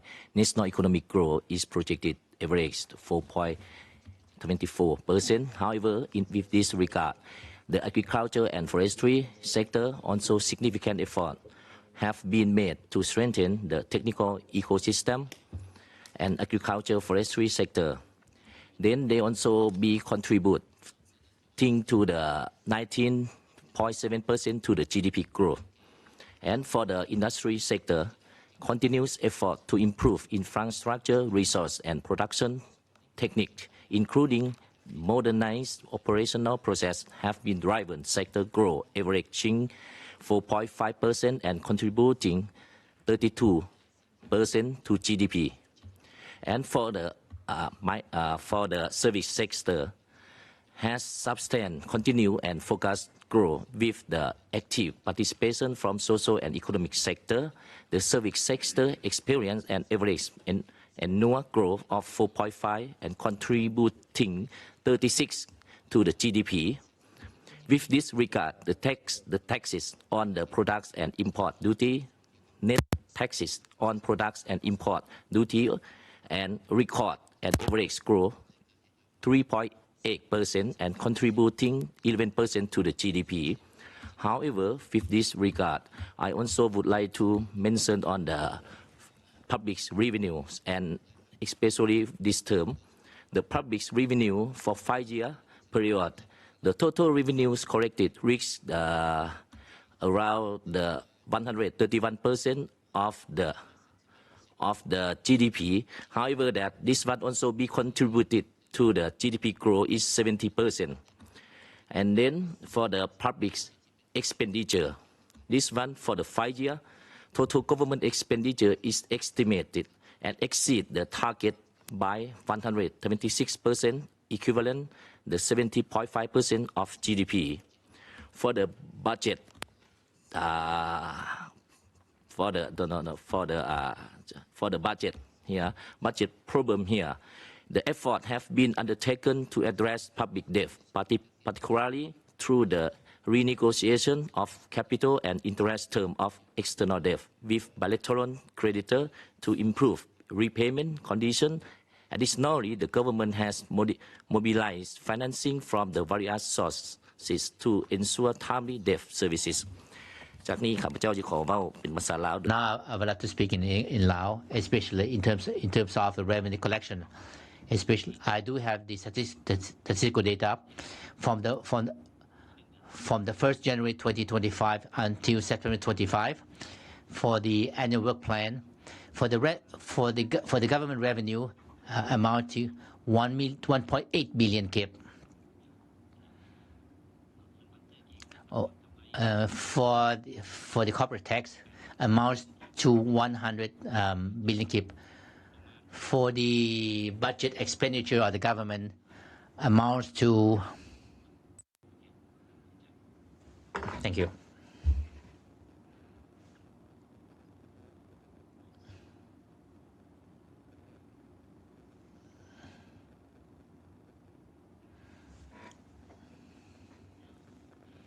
I come from Ministry of Education and Sport. Allow me to respond to the question on the investment of public interest in the education sector. In the past, due to the COVID-19 pandemic effect, all the countries have been affected, and the budget allocation for the government has decreased. So as a result, we do not collect revenue as planned. So the measures that were taken by the Ministry of Education and Sport, so it had prioritized the task that we need to implement on the focus area, for example. So we focus on addressing these priority tasks in order to move forward.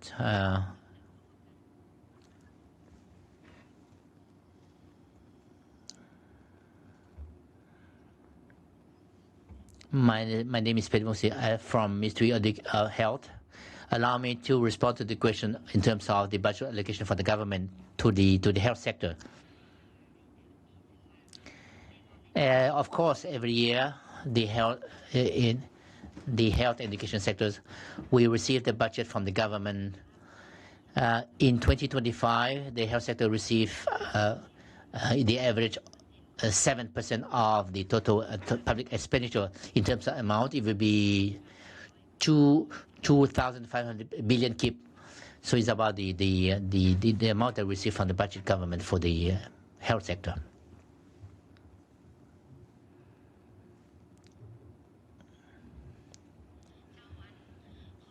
So allow it to add one more. So the government had invested in the education sector in 2021. If you compare with the GDP, it's at 12% of the GDP. So overall, up to 25, the average budget allocation amounts from 10 to 30%, but it's under the plan.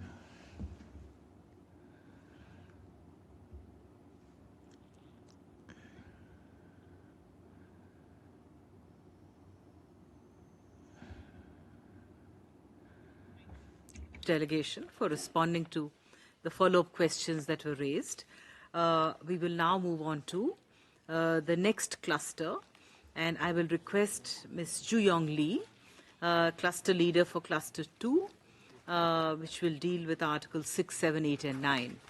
Ms. Lee, you have the floor, please. Thank you, Chair. Thank you, the distinguished members of the delegation, for your engagement with us. I now address the issues arising from Articles 6 to 9. First, on the right to work. The committee notes that there are labor law provisions aimed at promoting employment and addressing cross-border and rural-urban labor migration. However, we remain concerned about the overall lack of opportunities for decent work.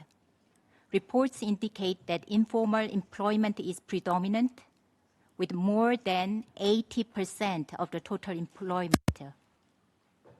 Please provide information on measures taken to create decent employment opportunities, including in rural areas. Please explain the impacts of those measures on youth, women, persons with disabilities, and non-Lao Thai ethnic groups with disaggregated data. What measures has the State Party taken to address the underlying reasons of the migration of many young people for work abroad, such as low wages and poor working conditions? And please also explain measures to ensure that those who migrate abroad have access to safe jobs and decent employment upon return. On child labor, reports indicate that child labor persists in the State Party, and an estimated 15% of children aged from 5 to 17 is engaged in work. The majority in rural areas and in the agriculture, forestry, and fishing sectors, often as unpaid family labor.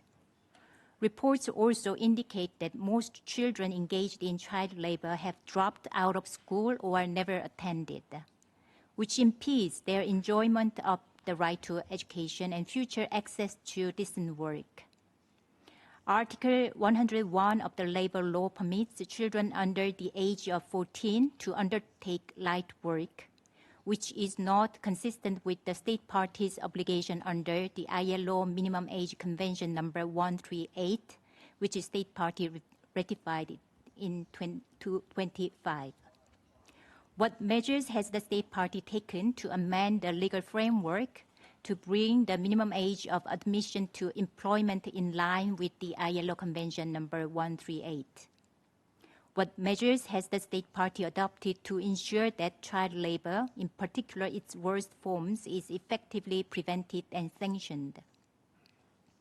What measures has the State Party taken to address the root causes of child labor, including measures to support families so that children can go to or remain in school instead of engaging in labor? Now move to the right to just and favorable conditions of work. In its replies to the list of issues, paragraph 30, the State Party indicates that the law on labor provides essential labor protection for both formal and informal workers. However, the committee is concerned that the predominance of informal employment in the State Party leaves the majority of workers outside effective labor law protections. In this regard, could you please explain specific measures adopted to ensure that all workers, including those in informal economy, are covered in law and in practice, including with regard to minimum age, working time, paid leave, occupational safety and health, protection from harassment and violence, and access to remedies? Please also provide information on the measurable impacts of those measures. State Party, in its replies to the list of issues, paragraph 2025 indicated recent adjustments to the statutory minimum wage. We remain, however, concerned that the minimum wage does not ensure a decent standard of living, given high inflation and the depreciation of the local currency in recent years. Please explain the methodology used to set and adjust the minimum wage and the concrete measures the state party has taken to ensure minimum wage is regularly adjusted in line with the cost of living in real terms. Please also explain the measures the state party has taken to progressively extend minimum wage protection to workers in the informal economy. The committee is concerned about the reports about exploitative practices such as forced labor and human trafficking in special economic zones. The state party's reply to the list of issues in paragraph 40 indicated the adoption of protective measures in special economic zones. Nevertheless, the reports we have received indicates labor protections are inadequate both Lao and migrant workers working in special economic zones due to inadequate regulation, enforcement, and judicial accountability. What measures has the state party taken to strengthen labor protections in special economic zones? What concrete measures has the state party taken to protect workers in special economic zones from risks of forced labor, human trafficking, passport confiscation, and coercive working conditions, especially for migrant workers, women, and children? Please explain measures to ensure effective access to remedy for victims of labor abuse or trafficking, including their ability to report violations without fear of retaliation and their access to information about their rights. Reports indicate that the labor inspection system in the state party remains inadequate to ensure effective protection of workers' rights and improvements in working conditions. We are concerned about reports of the limited number of trained inspectors, insufficient capacity to monitor working conditions in both formal and informal workplaces, and challenges in overseeing special economic zones. What measures has the state party taken to strengthen the labor inspection system, including training on occupational safety and health, child labor, forced labor, and to extend inspection coverage to informal workplaces and special economic zones? Please explain the procedures for workers to submit complaints safely and confidentially to the labor inspectorate. How does the state party ensure that labor inspectors can operate independently without interference from special economic zones management, employers, or public authorities? Now, trade union rights. Reports indicate that the right to form and join trade union remains severely restricted in law and in practice. Most unions are affiliated with the Lao Federation of Unions, and there is no genuine possibility to form independent trade unions. How does the state party ensure that workers can freely establish and join independent trade unions of their choice, including outside of the Lao Federation of Trade Unions? What measures has the state party taken to ensure effective protection for workers from reprisals, sanctions, or dismissals for attempting to exercise their trade union rights? Now move to the right to Social Security. We are concerned that Social Security coverage remains very limited. Data shows that only 15.5% of the population, primarily civil servants and formal sector employees, were covered in 2023. The vast majority, more than 80% of the population, have no access to Social Security. We were not able to find information on social assistance for people in poverty, including those in rural areas, ethnic minorities, and indigenous peoples. Could you please provide information on whether such social assistance programs exist as part of a social protection for all? And if so, what their coverage is, and whether the level of the benefit is adequate to ensure a decent standard of living for individuals and families. What concrete steps has the state party taken to expand the social security coverage to informal, agricultural, and domestic workers?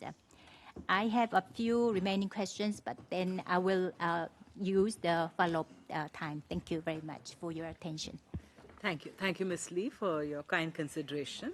You can, of course, pose questions during follow-up, and we will just take a 5-minute break for the delegation to organize their work and be back exactly in 5 minutes. Thank you.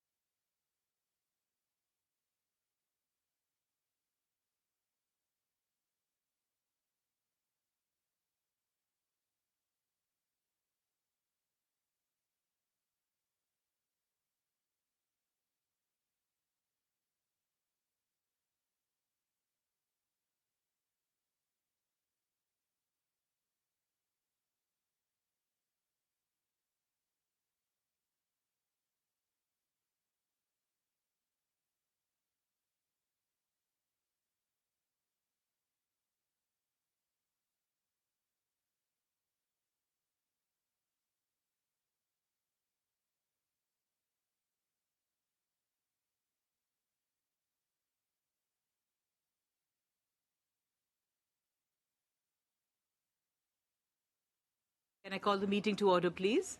Your Excellency, I invite you and your delegation to please respond to questions that have been posed by Ms. Lee, Cluster Leader for Cluster 2. You have the floor.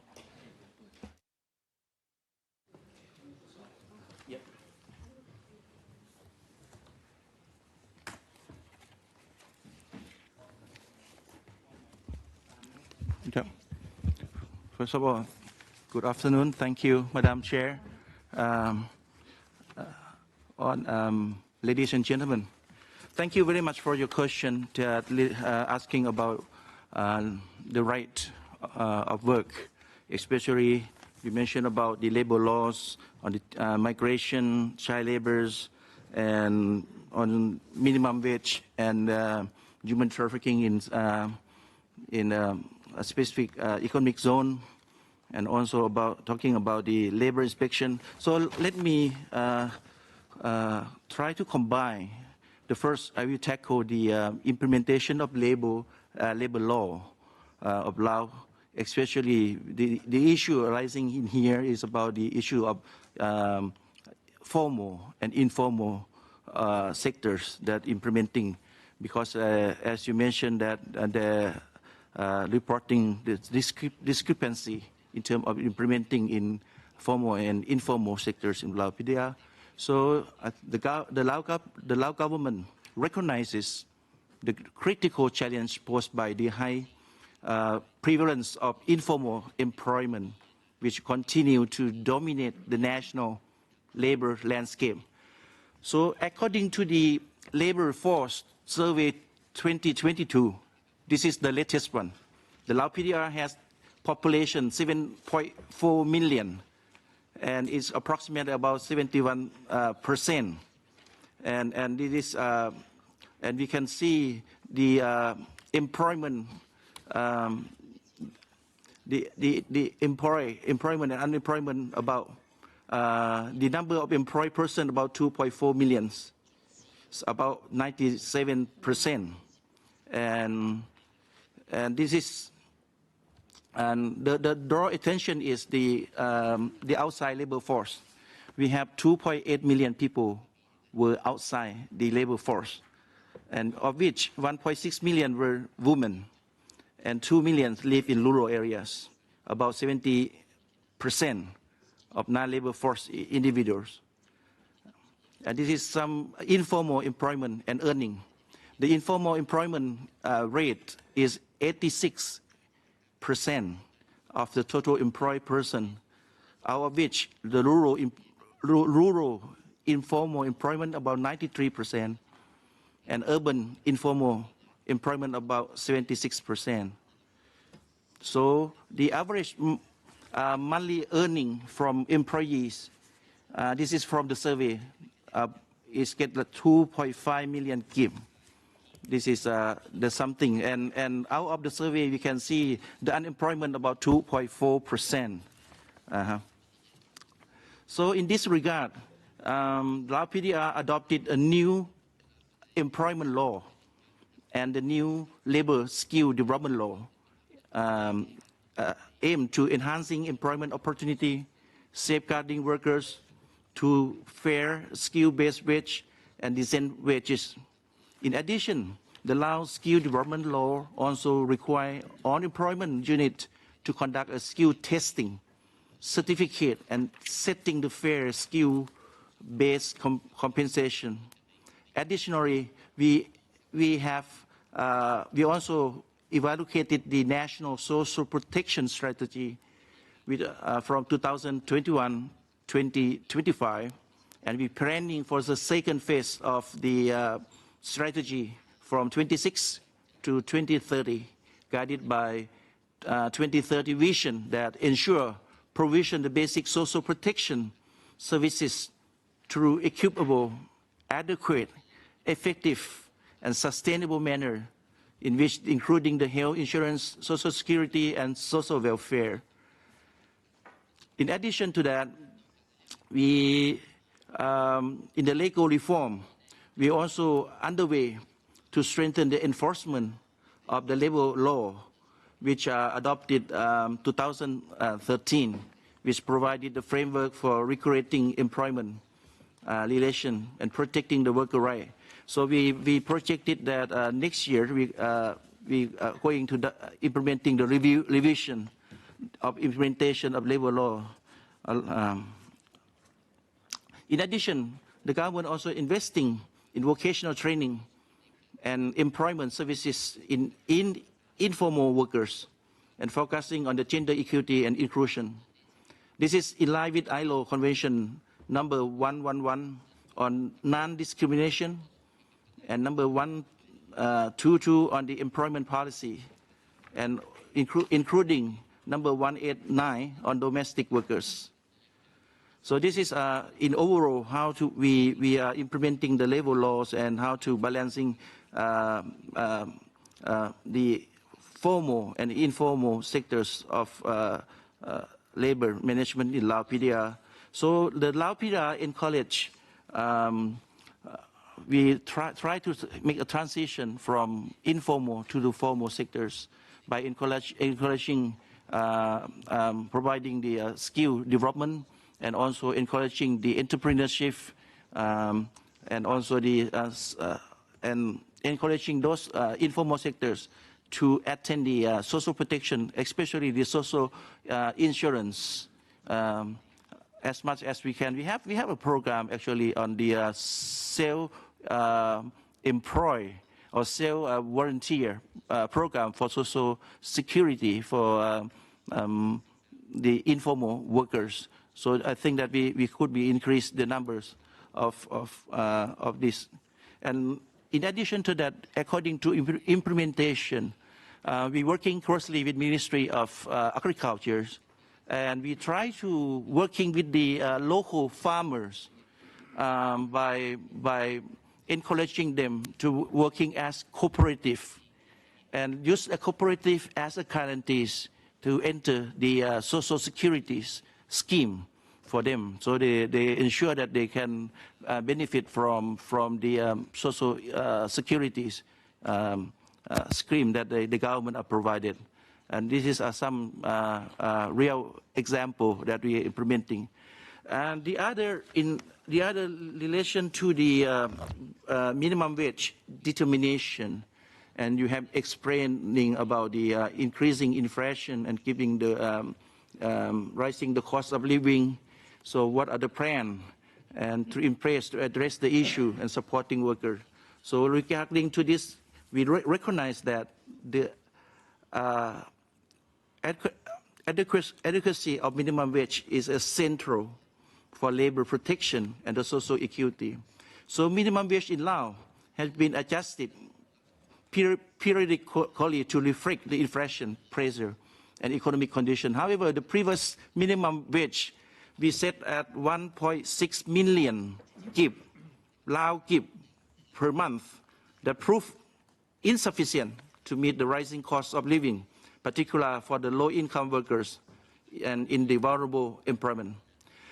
In response, the government and especially Ministry of Labor and Social Welfare issued the notice number 3534 on September 2024, announcing a significant increase in the national minimum wage from 1.6 million to 2.5 million Lao kip per month. This is effective from the October 2024, and this adjustment represents a 56% increase in the substantial wage revision in over the decade. So it reflects that the government commitment to strengthen the income security, reducing poverty among the wage owner, especially informal and the low-skilled sectors. But this mechanism is and procedure determine the minimum wage in Laos. First, we have set up the technical team and assign the tasks and conducting through the 4 steps as detailed below. The step 1 be based on the collection of data on the wage levels and living costs of workers in 3 sectors, namely industry, services, and agriculture, from the selected sampling groups. The second step, we comparing with the inflation and try to looking at the minimum wage adjustment. And the next step, we comparing with the consumer price index or CPI during the periods of minimum wage adjustment from 2018 to 2024. And the last step, and finally, we comparison with inflation rate during the periods of minimum wage adjustment. So then the result of technical review has been submitted to the National Tripartite Committee.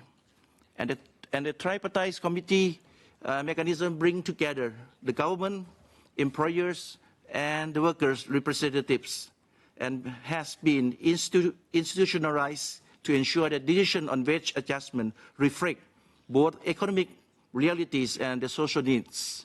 Next, the government is enhancing enforcement mechanism to ensure compliance with minimum wage law, including capacity building for labor inspectors and awareness campaign to inform workers of their rights. So this policy change is part of the government's broader strategy to improve the standard of living and support economic well-being of the workers across all sectors.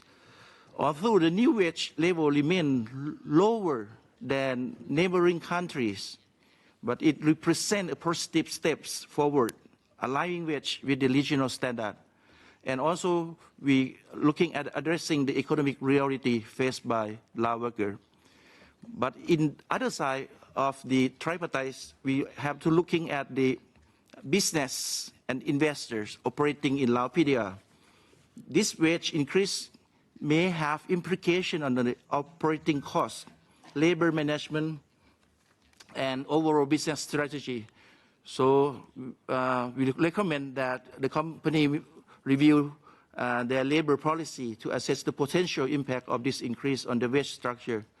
And at the same time, the wage adjustment mechanism in Lao PDR, in the long run, we're going to review the labor law on number 43 on issue 2013 to enhance the wage setting transparency, enforcement capacity, and alignment with international labor standard.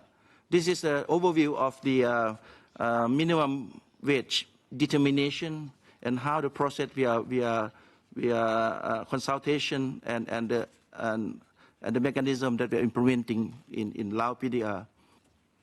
And also, I would like to address about the protecting migrant workers, especially on the migrant worker working in the other countries. So the government of Laos apply along the labor law. We have ministerial decision on the permission of foreign employee working in Laos. And also we have the Article 8, the rights of foreign employee are legally entitled. But at the same time, for the Lao migrant worker working in the neighboring country and in the abroad, currently we are conducting the MOU negotiation and MOU signing with the destination country. For example, we have MOU with Thailand, with South Korea, with Japan, and all of it we try to make documented migrant workers to working in the target destination country. So this is something we protection, and we encourage the worker to work as documented workers in abroad, in neighbor country. So this is some overall pictures about, and I'd like to tackle also on the child labor. On the child labor, as you have been raising about the child labor, so Lao PDR reaffirmed the strong commitment to eliminate the child labor in line with our constitution, national legislation, and our international obligation. So according to the Child Labor Survey 2022, we have like 25.9% were engaged in of the child labor engaging in economic activities, 10% were in the child labor, and 3.8% were in hazardous work. And this finding underscore the importance of urgent action. So the government of Laos has aligned its national law with the principle of ILO minimum age convention number 138 and the ILO worst form of the child labor number 182, both in which we have ratified in accordance with this instruction. So the minimum age of the employment is set to 15 years, but the light work permitted from the age 12 to 14, and the hazardous work strictly prohibited under 18. We also have the ministerial agreement number 4677 adopted in 2023, provided the list of 23 hazardous occupations and permitted for the children in line with ILO standard. So this is we also, in addition to that, we also take the child labor elimination, try to mainstream in our existing plan, especially on the plan of labor and social welfare from 2026 to 2030. And also we have plan of action of the preventing and eliminating the child labor from 2025 and 2030. And this is, we try to incorporate, but in addition to that, we have seen that in order to prevention the child labor, and I think that we have to looking at reintegration of the child labor with the strong emphasis on education and vocational study, vocational training. And educational and social protection are also the central for our response. Primary education is compulsory, and we can see that 98% enrollment rate in these sectors. So this is an overall picture that I'm going to brief on relating to the child labor. So that's all. Thank you.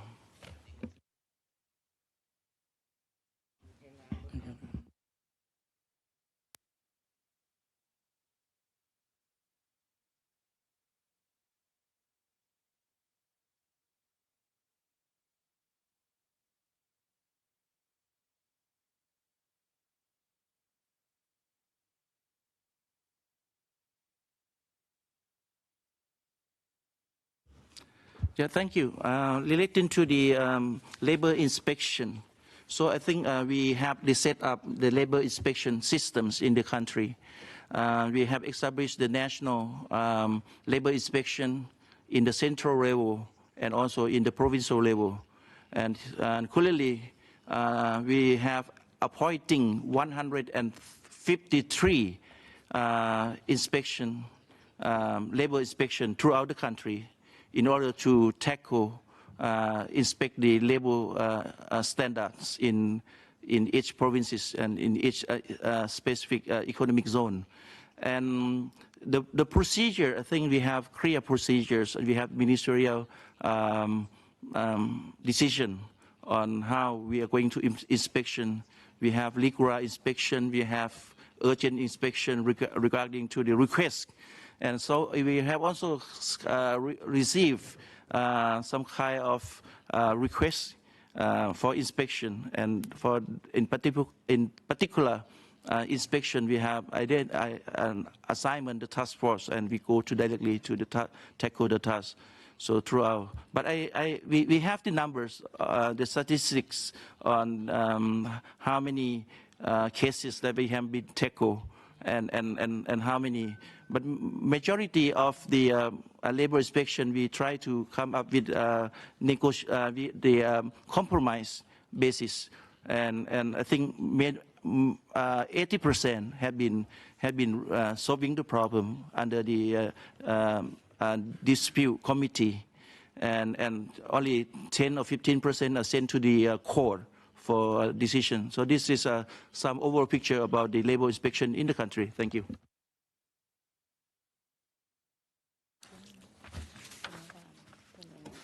Okay, number one.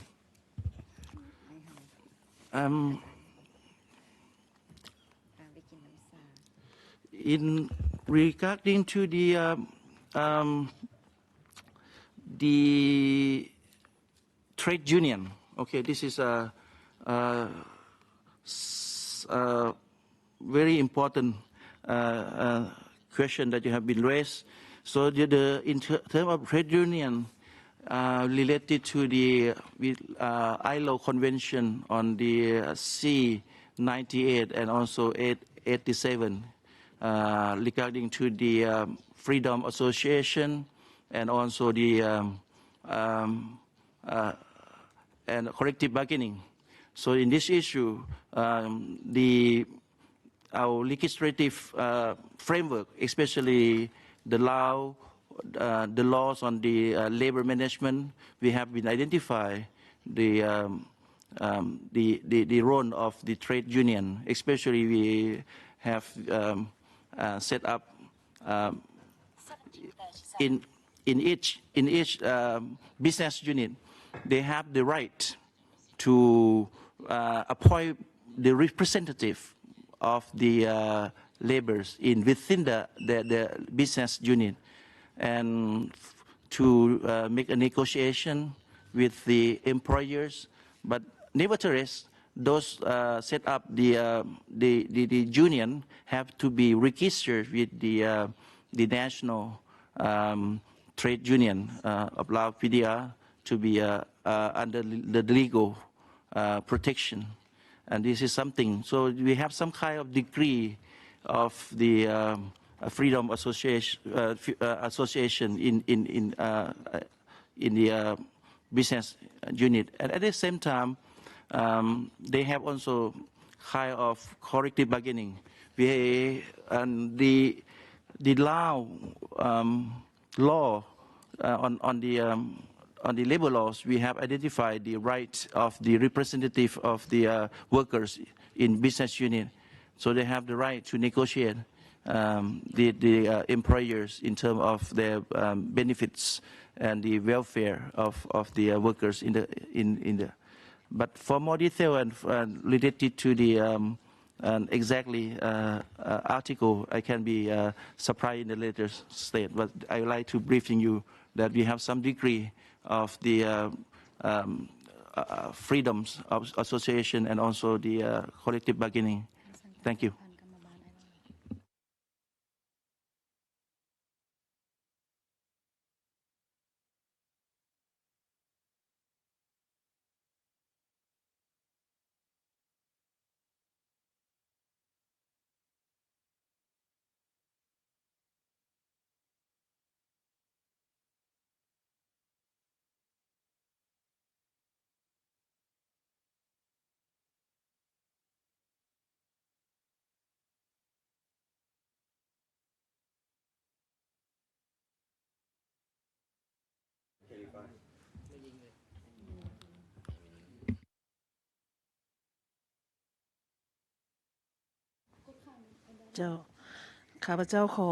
So I would like to provide information regarding the protection of the victims of human trafficking, especially in the special economic zone. So the government of Lao PDR disseminate the law on the effects of human trafficking, particularly in all forms, to the media, and disseminate in the hotspot in order to protect and provide the information to the vulnerable people or the high-risk people to protect from being victims of human trafficking. In terms of assistance and protection to human trafficking, especially the role of Lao Women Union played roles to provide assistance in terms of shelters, to provide legal assistance, and to repatriate back to the family. For 21 to 25, we have provided assistance to 400 victims of human trafficking. Additionally, we also protect in the court proceedings for the victims of human trafficking, so we claim the compensations and for the victims for 27 cases. From the police officer also investigate for the human trafficking case. For the Lao Women Union, we saw that this happens in many areas. That's why we pay attention to mobilizing funds from the public and also from the organization to extend the networks of shelters in the province. So over the past years, we were able to expand to more six provinces. For the promotion of the employment, in addition to at-risk group of people or vulnerable people, we also attach importance to the victims of the human trafficking, who are women. So the Lao Women Union coordinate with all the sector concerned to provide vocational training to the women in the livestock activities or plantation activities, or to get access to the funding or the credit to allow them to generate income and revenue and to support their families and to prevent them from being victims of human trafficking in the future, and to help them to improve their livelihood. In terms of international cooperation for the anti-human trafficking, we also work together on the bilateral with China, Vietnam, Thailand, and we also have tripartite agreement between Laos, Vietnam, and Cambodia, and within ASEAN framework and also a regional framework. So these are about some data I would like to provide you regarding the protection of victims of human trafficking in the Lao PDR. Thank you.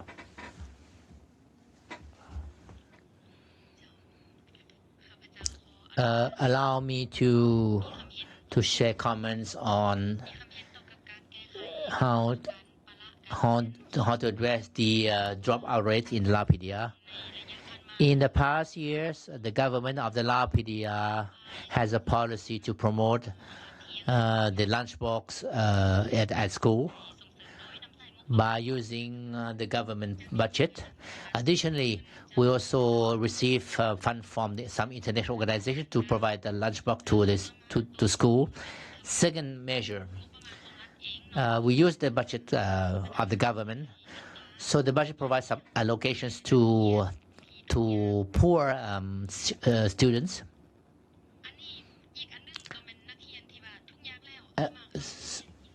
So we also provide a boarding school to poor students, because we have two levels of poor students.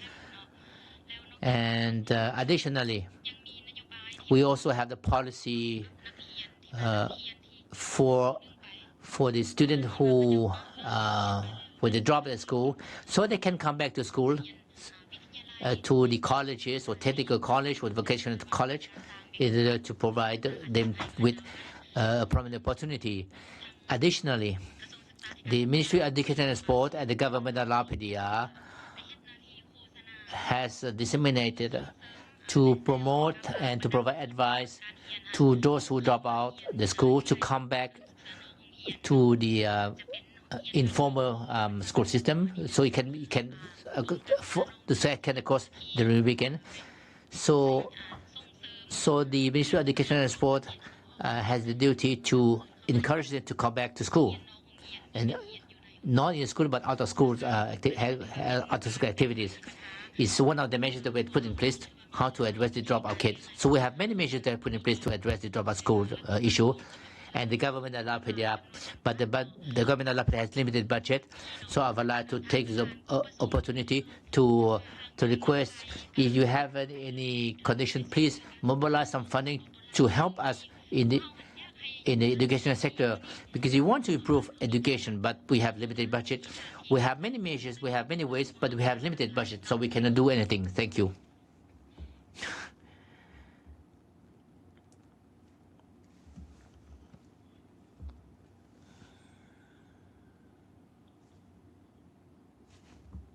Thank you, Excellency, and thank you, distinguished delegation. I think it's now time for us to take some follow-up questions, but in the interest of time, because we've just 15 minutes left, I thought it will help if you get to know from us questions on Cluster 3. It'll help you then organize your work overnight. And then we will open the floor, time permitting, to follow-up questions on Cluster 2. So with that in mind, may I request Mr. Giuseppe Parmesano to kindly pose his questions on Cluster 3, and then thereafter, time permitting, we'll open the floor to colleagues on Cluster 2 follow-up questions. Mr. Parmesano, you have the floor, sir. Thank you. Thank you very much, Madam Chair. Firstly, I would like to extend my welcome to the delegation of the Lao PDR and thank the Lao government for providing detailed information in the report and replies to a list of issues. Cluster 3 relates to Articles 10, 11 and 12 of the Covenant. The topics covered include family protection, assistance for mothers and children, and the right to an adequate standard of living including adequate food and water. But also health protection. As the person responsible for Cluster 3, I will address some of the key issues of these thematic areas that require attention and clarification. I would start by focusing on the issue of child marriage. Lao PDR has one of the highest rates of child marriage in the region. This has a negative impact, inter alia, on children's rights to education and their overall development, and it disproportionately affects girls. Some of the penalties established in the criminal code for marrying a child under the age of 18 and allowing a child under 18 to marry are mentioned in the replies to the list of issues. The replies also list a number of campaigns taken to educate communities about the legal consequences and social impacts of child marriage. I would like to ask the delegation to elaborate further on this issue. Please, could you inform the committee about the number and effective application of penalties in question? And also, please provide data and figures to show whether the preventive measures are having an impact on reducing child marriage. I will now move on to the protection of children against violence. A recent UNICEF survey indicates that 62.3% of children in Lao PDR aged 1 to 14 experience physical punishment and psychological aggression from their caregivers. The report submitted by the government does mention a number of laws aimed at combating domestic violence, such as the Law on the Development and Protection of Women, as well as certain provisions in the Penal Code. However, it seems that domestic violence against children remains a serious problem.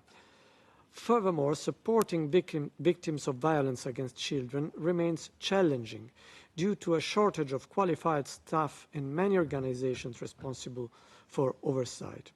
Could you please clarify what measures have been adopted to address this issue of violence against children? Are child protection measures against violence included in school curricula throughout the country? And is training provided in relevant institutions to help enforce existing child protection laws and regulations? Lastly, the committee would like more information on the protection of children and other family members who are victims of human trafficking, you mentioned this issue, or sexual exploitation, particularly in the northern provinces of Lao PDR and certain special economic zones. In this regard, I have to say, the replies to the list of issues merely mention some dedicated hotlines that provide support and guidance to victims of abuse and assist children who have experienced mistreatment. Could you please, focusing on children, could you please explain whether there are other operational services aimed at assisting victims of or trafficking children, victims of trafficking or sexual exploitation, and meeting their needs across the country? Still with regard to the protection of children, could you please inform us about programs and measures aimed at tackling worrying problems such as child malnutrition and multi-drug resistant malaria? I will now turn to the issue of an adequate standard of living focusing particularly on nutrition and food security. Over the years, Lao PDR has taken significant steps to tackle malnutrition, achieving remarkable results. However, despite progress, malnutrition continues to disproportionately affect certain groups in rural areas, particularly in the most vulnerable provinces in the south and north of the country. Furthermore, the economic and financial crisis, coupled with an increase in the frequency and intensity of extreme weather events, has had a negative impact on food insecurity. So I would ask the delegation to indicate whether the government has adopted or intends to adopt targeted measures to enhance food security in the most vulnerable regions and rural areas. I would also like to know what steps are being taken to make the food system more resilient in face of climate change and extreme weather events. When it comes to safe drinking water and sanitation, there are still significant disparities in terms of accessibility, availability, and water quality between rural and urban areas.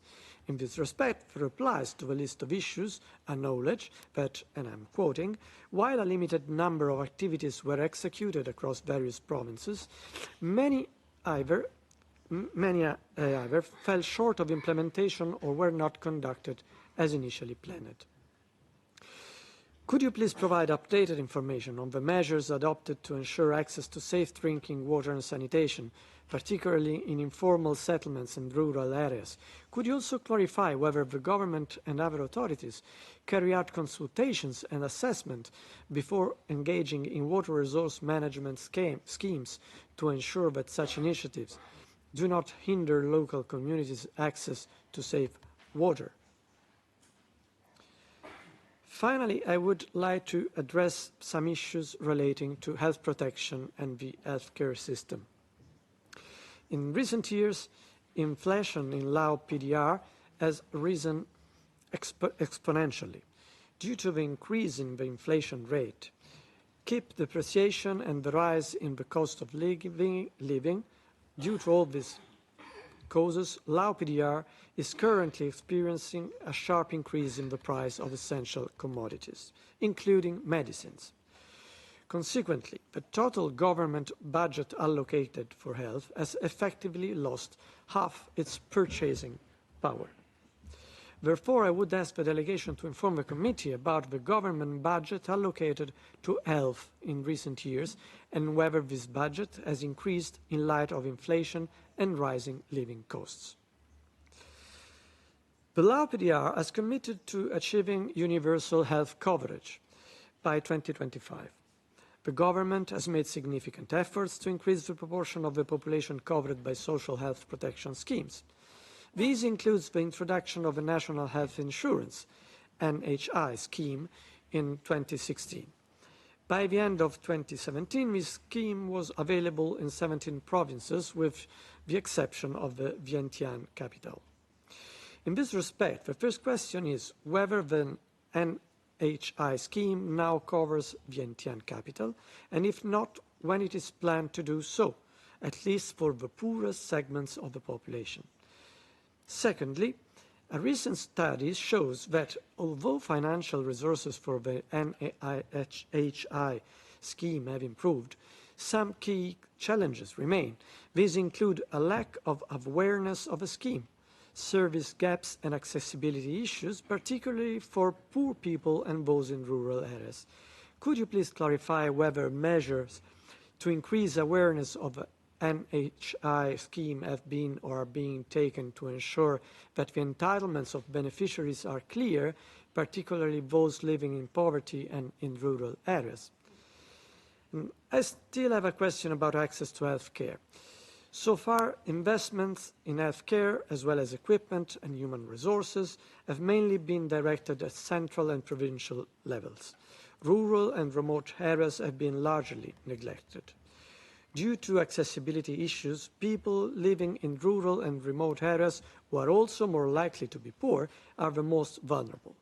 They are also likely to have the financial means to cover the cost of transport to reach health facilities, or to afford to lose a day of work. As a high proportion of non-Lao TE groups live in hard-to-reach areas, they may end up suffering disproportionately from reduced access to healthcare. Could the delegation indicate what measures have been or are being adopted to improve the accessibility and quality of healthcare in rural and remote areas, particularly with regard to hospital infrastructure, equipment, and qualified medical and healthcare staff? With that, I finish for the time being, and thank you for your attention. Thank you, Mr. Palmisano. We still have 4 minutes left, and I see Ms. Lee would like to ask follow-up questions. As many as you can cover in the next 4 minutes, and then tomorrow morning we'll begin with other questions as well. Ms. Lee, you have the floor. Thank you, Chair, and also thank you, distinguished members of the delegation, for information you've provided so far. I would like to ask 4 follow-up questions, if time permits. First, on trade union rights. As you may know, that Article 8 of the Covenant recognizes the right to strike. But as far as I understand, the law of the state party does not recognize the right to strike. There is no provision on prohibiting anti-union discrimination. Please comment on this. And second question, I would like to have a clarification because I haven't heard about the coverage of social protection schemes. So clarification as to whether the state party has a social assistance program to ensure a minimum essential level of rights for people living in poverty, as well as the state party's plans to extend the social protection schemes to people working in informal economy. And on sexual harassment at workplace, reports indicate that the current labor law of the state party does not provide effective protection against harassment and sexual harassment in the workplace. What steps has the state party taken to amend the labor law to explicitly prohibit sexual harassment and related misconduct in the workplace, covering all persons who may commit such acts? Please explain what measures are in place to ensure that the victims of sexual harassment have access to safe and confidential complaint mechanisms, effective remedies, and material and psychological support services. And my last question is on barriers in access to Social Security. Reports indicate that indigenous peoples, in particular the Hmong, face barriers in accessing Social Security due to the denial of identification documents, which effectively excludes them from their coverage. So what measures has the state party taken to ensure that all persons, including the Hmong people, have access to identification documents necessary to benefit from social protection schemes? Thank you very much for your attention.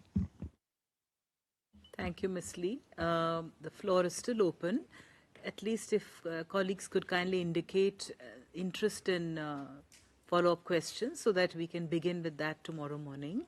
I think we don't have time now to get the responses, but certainly we will begin tomorrow morning with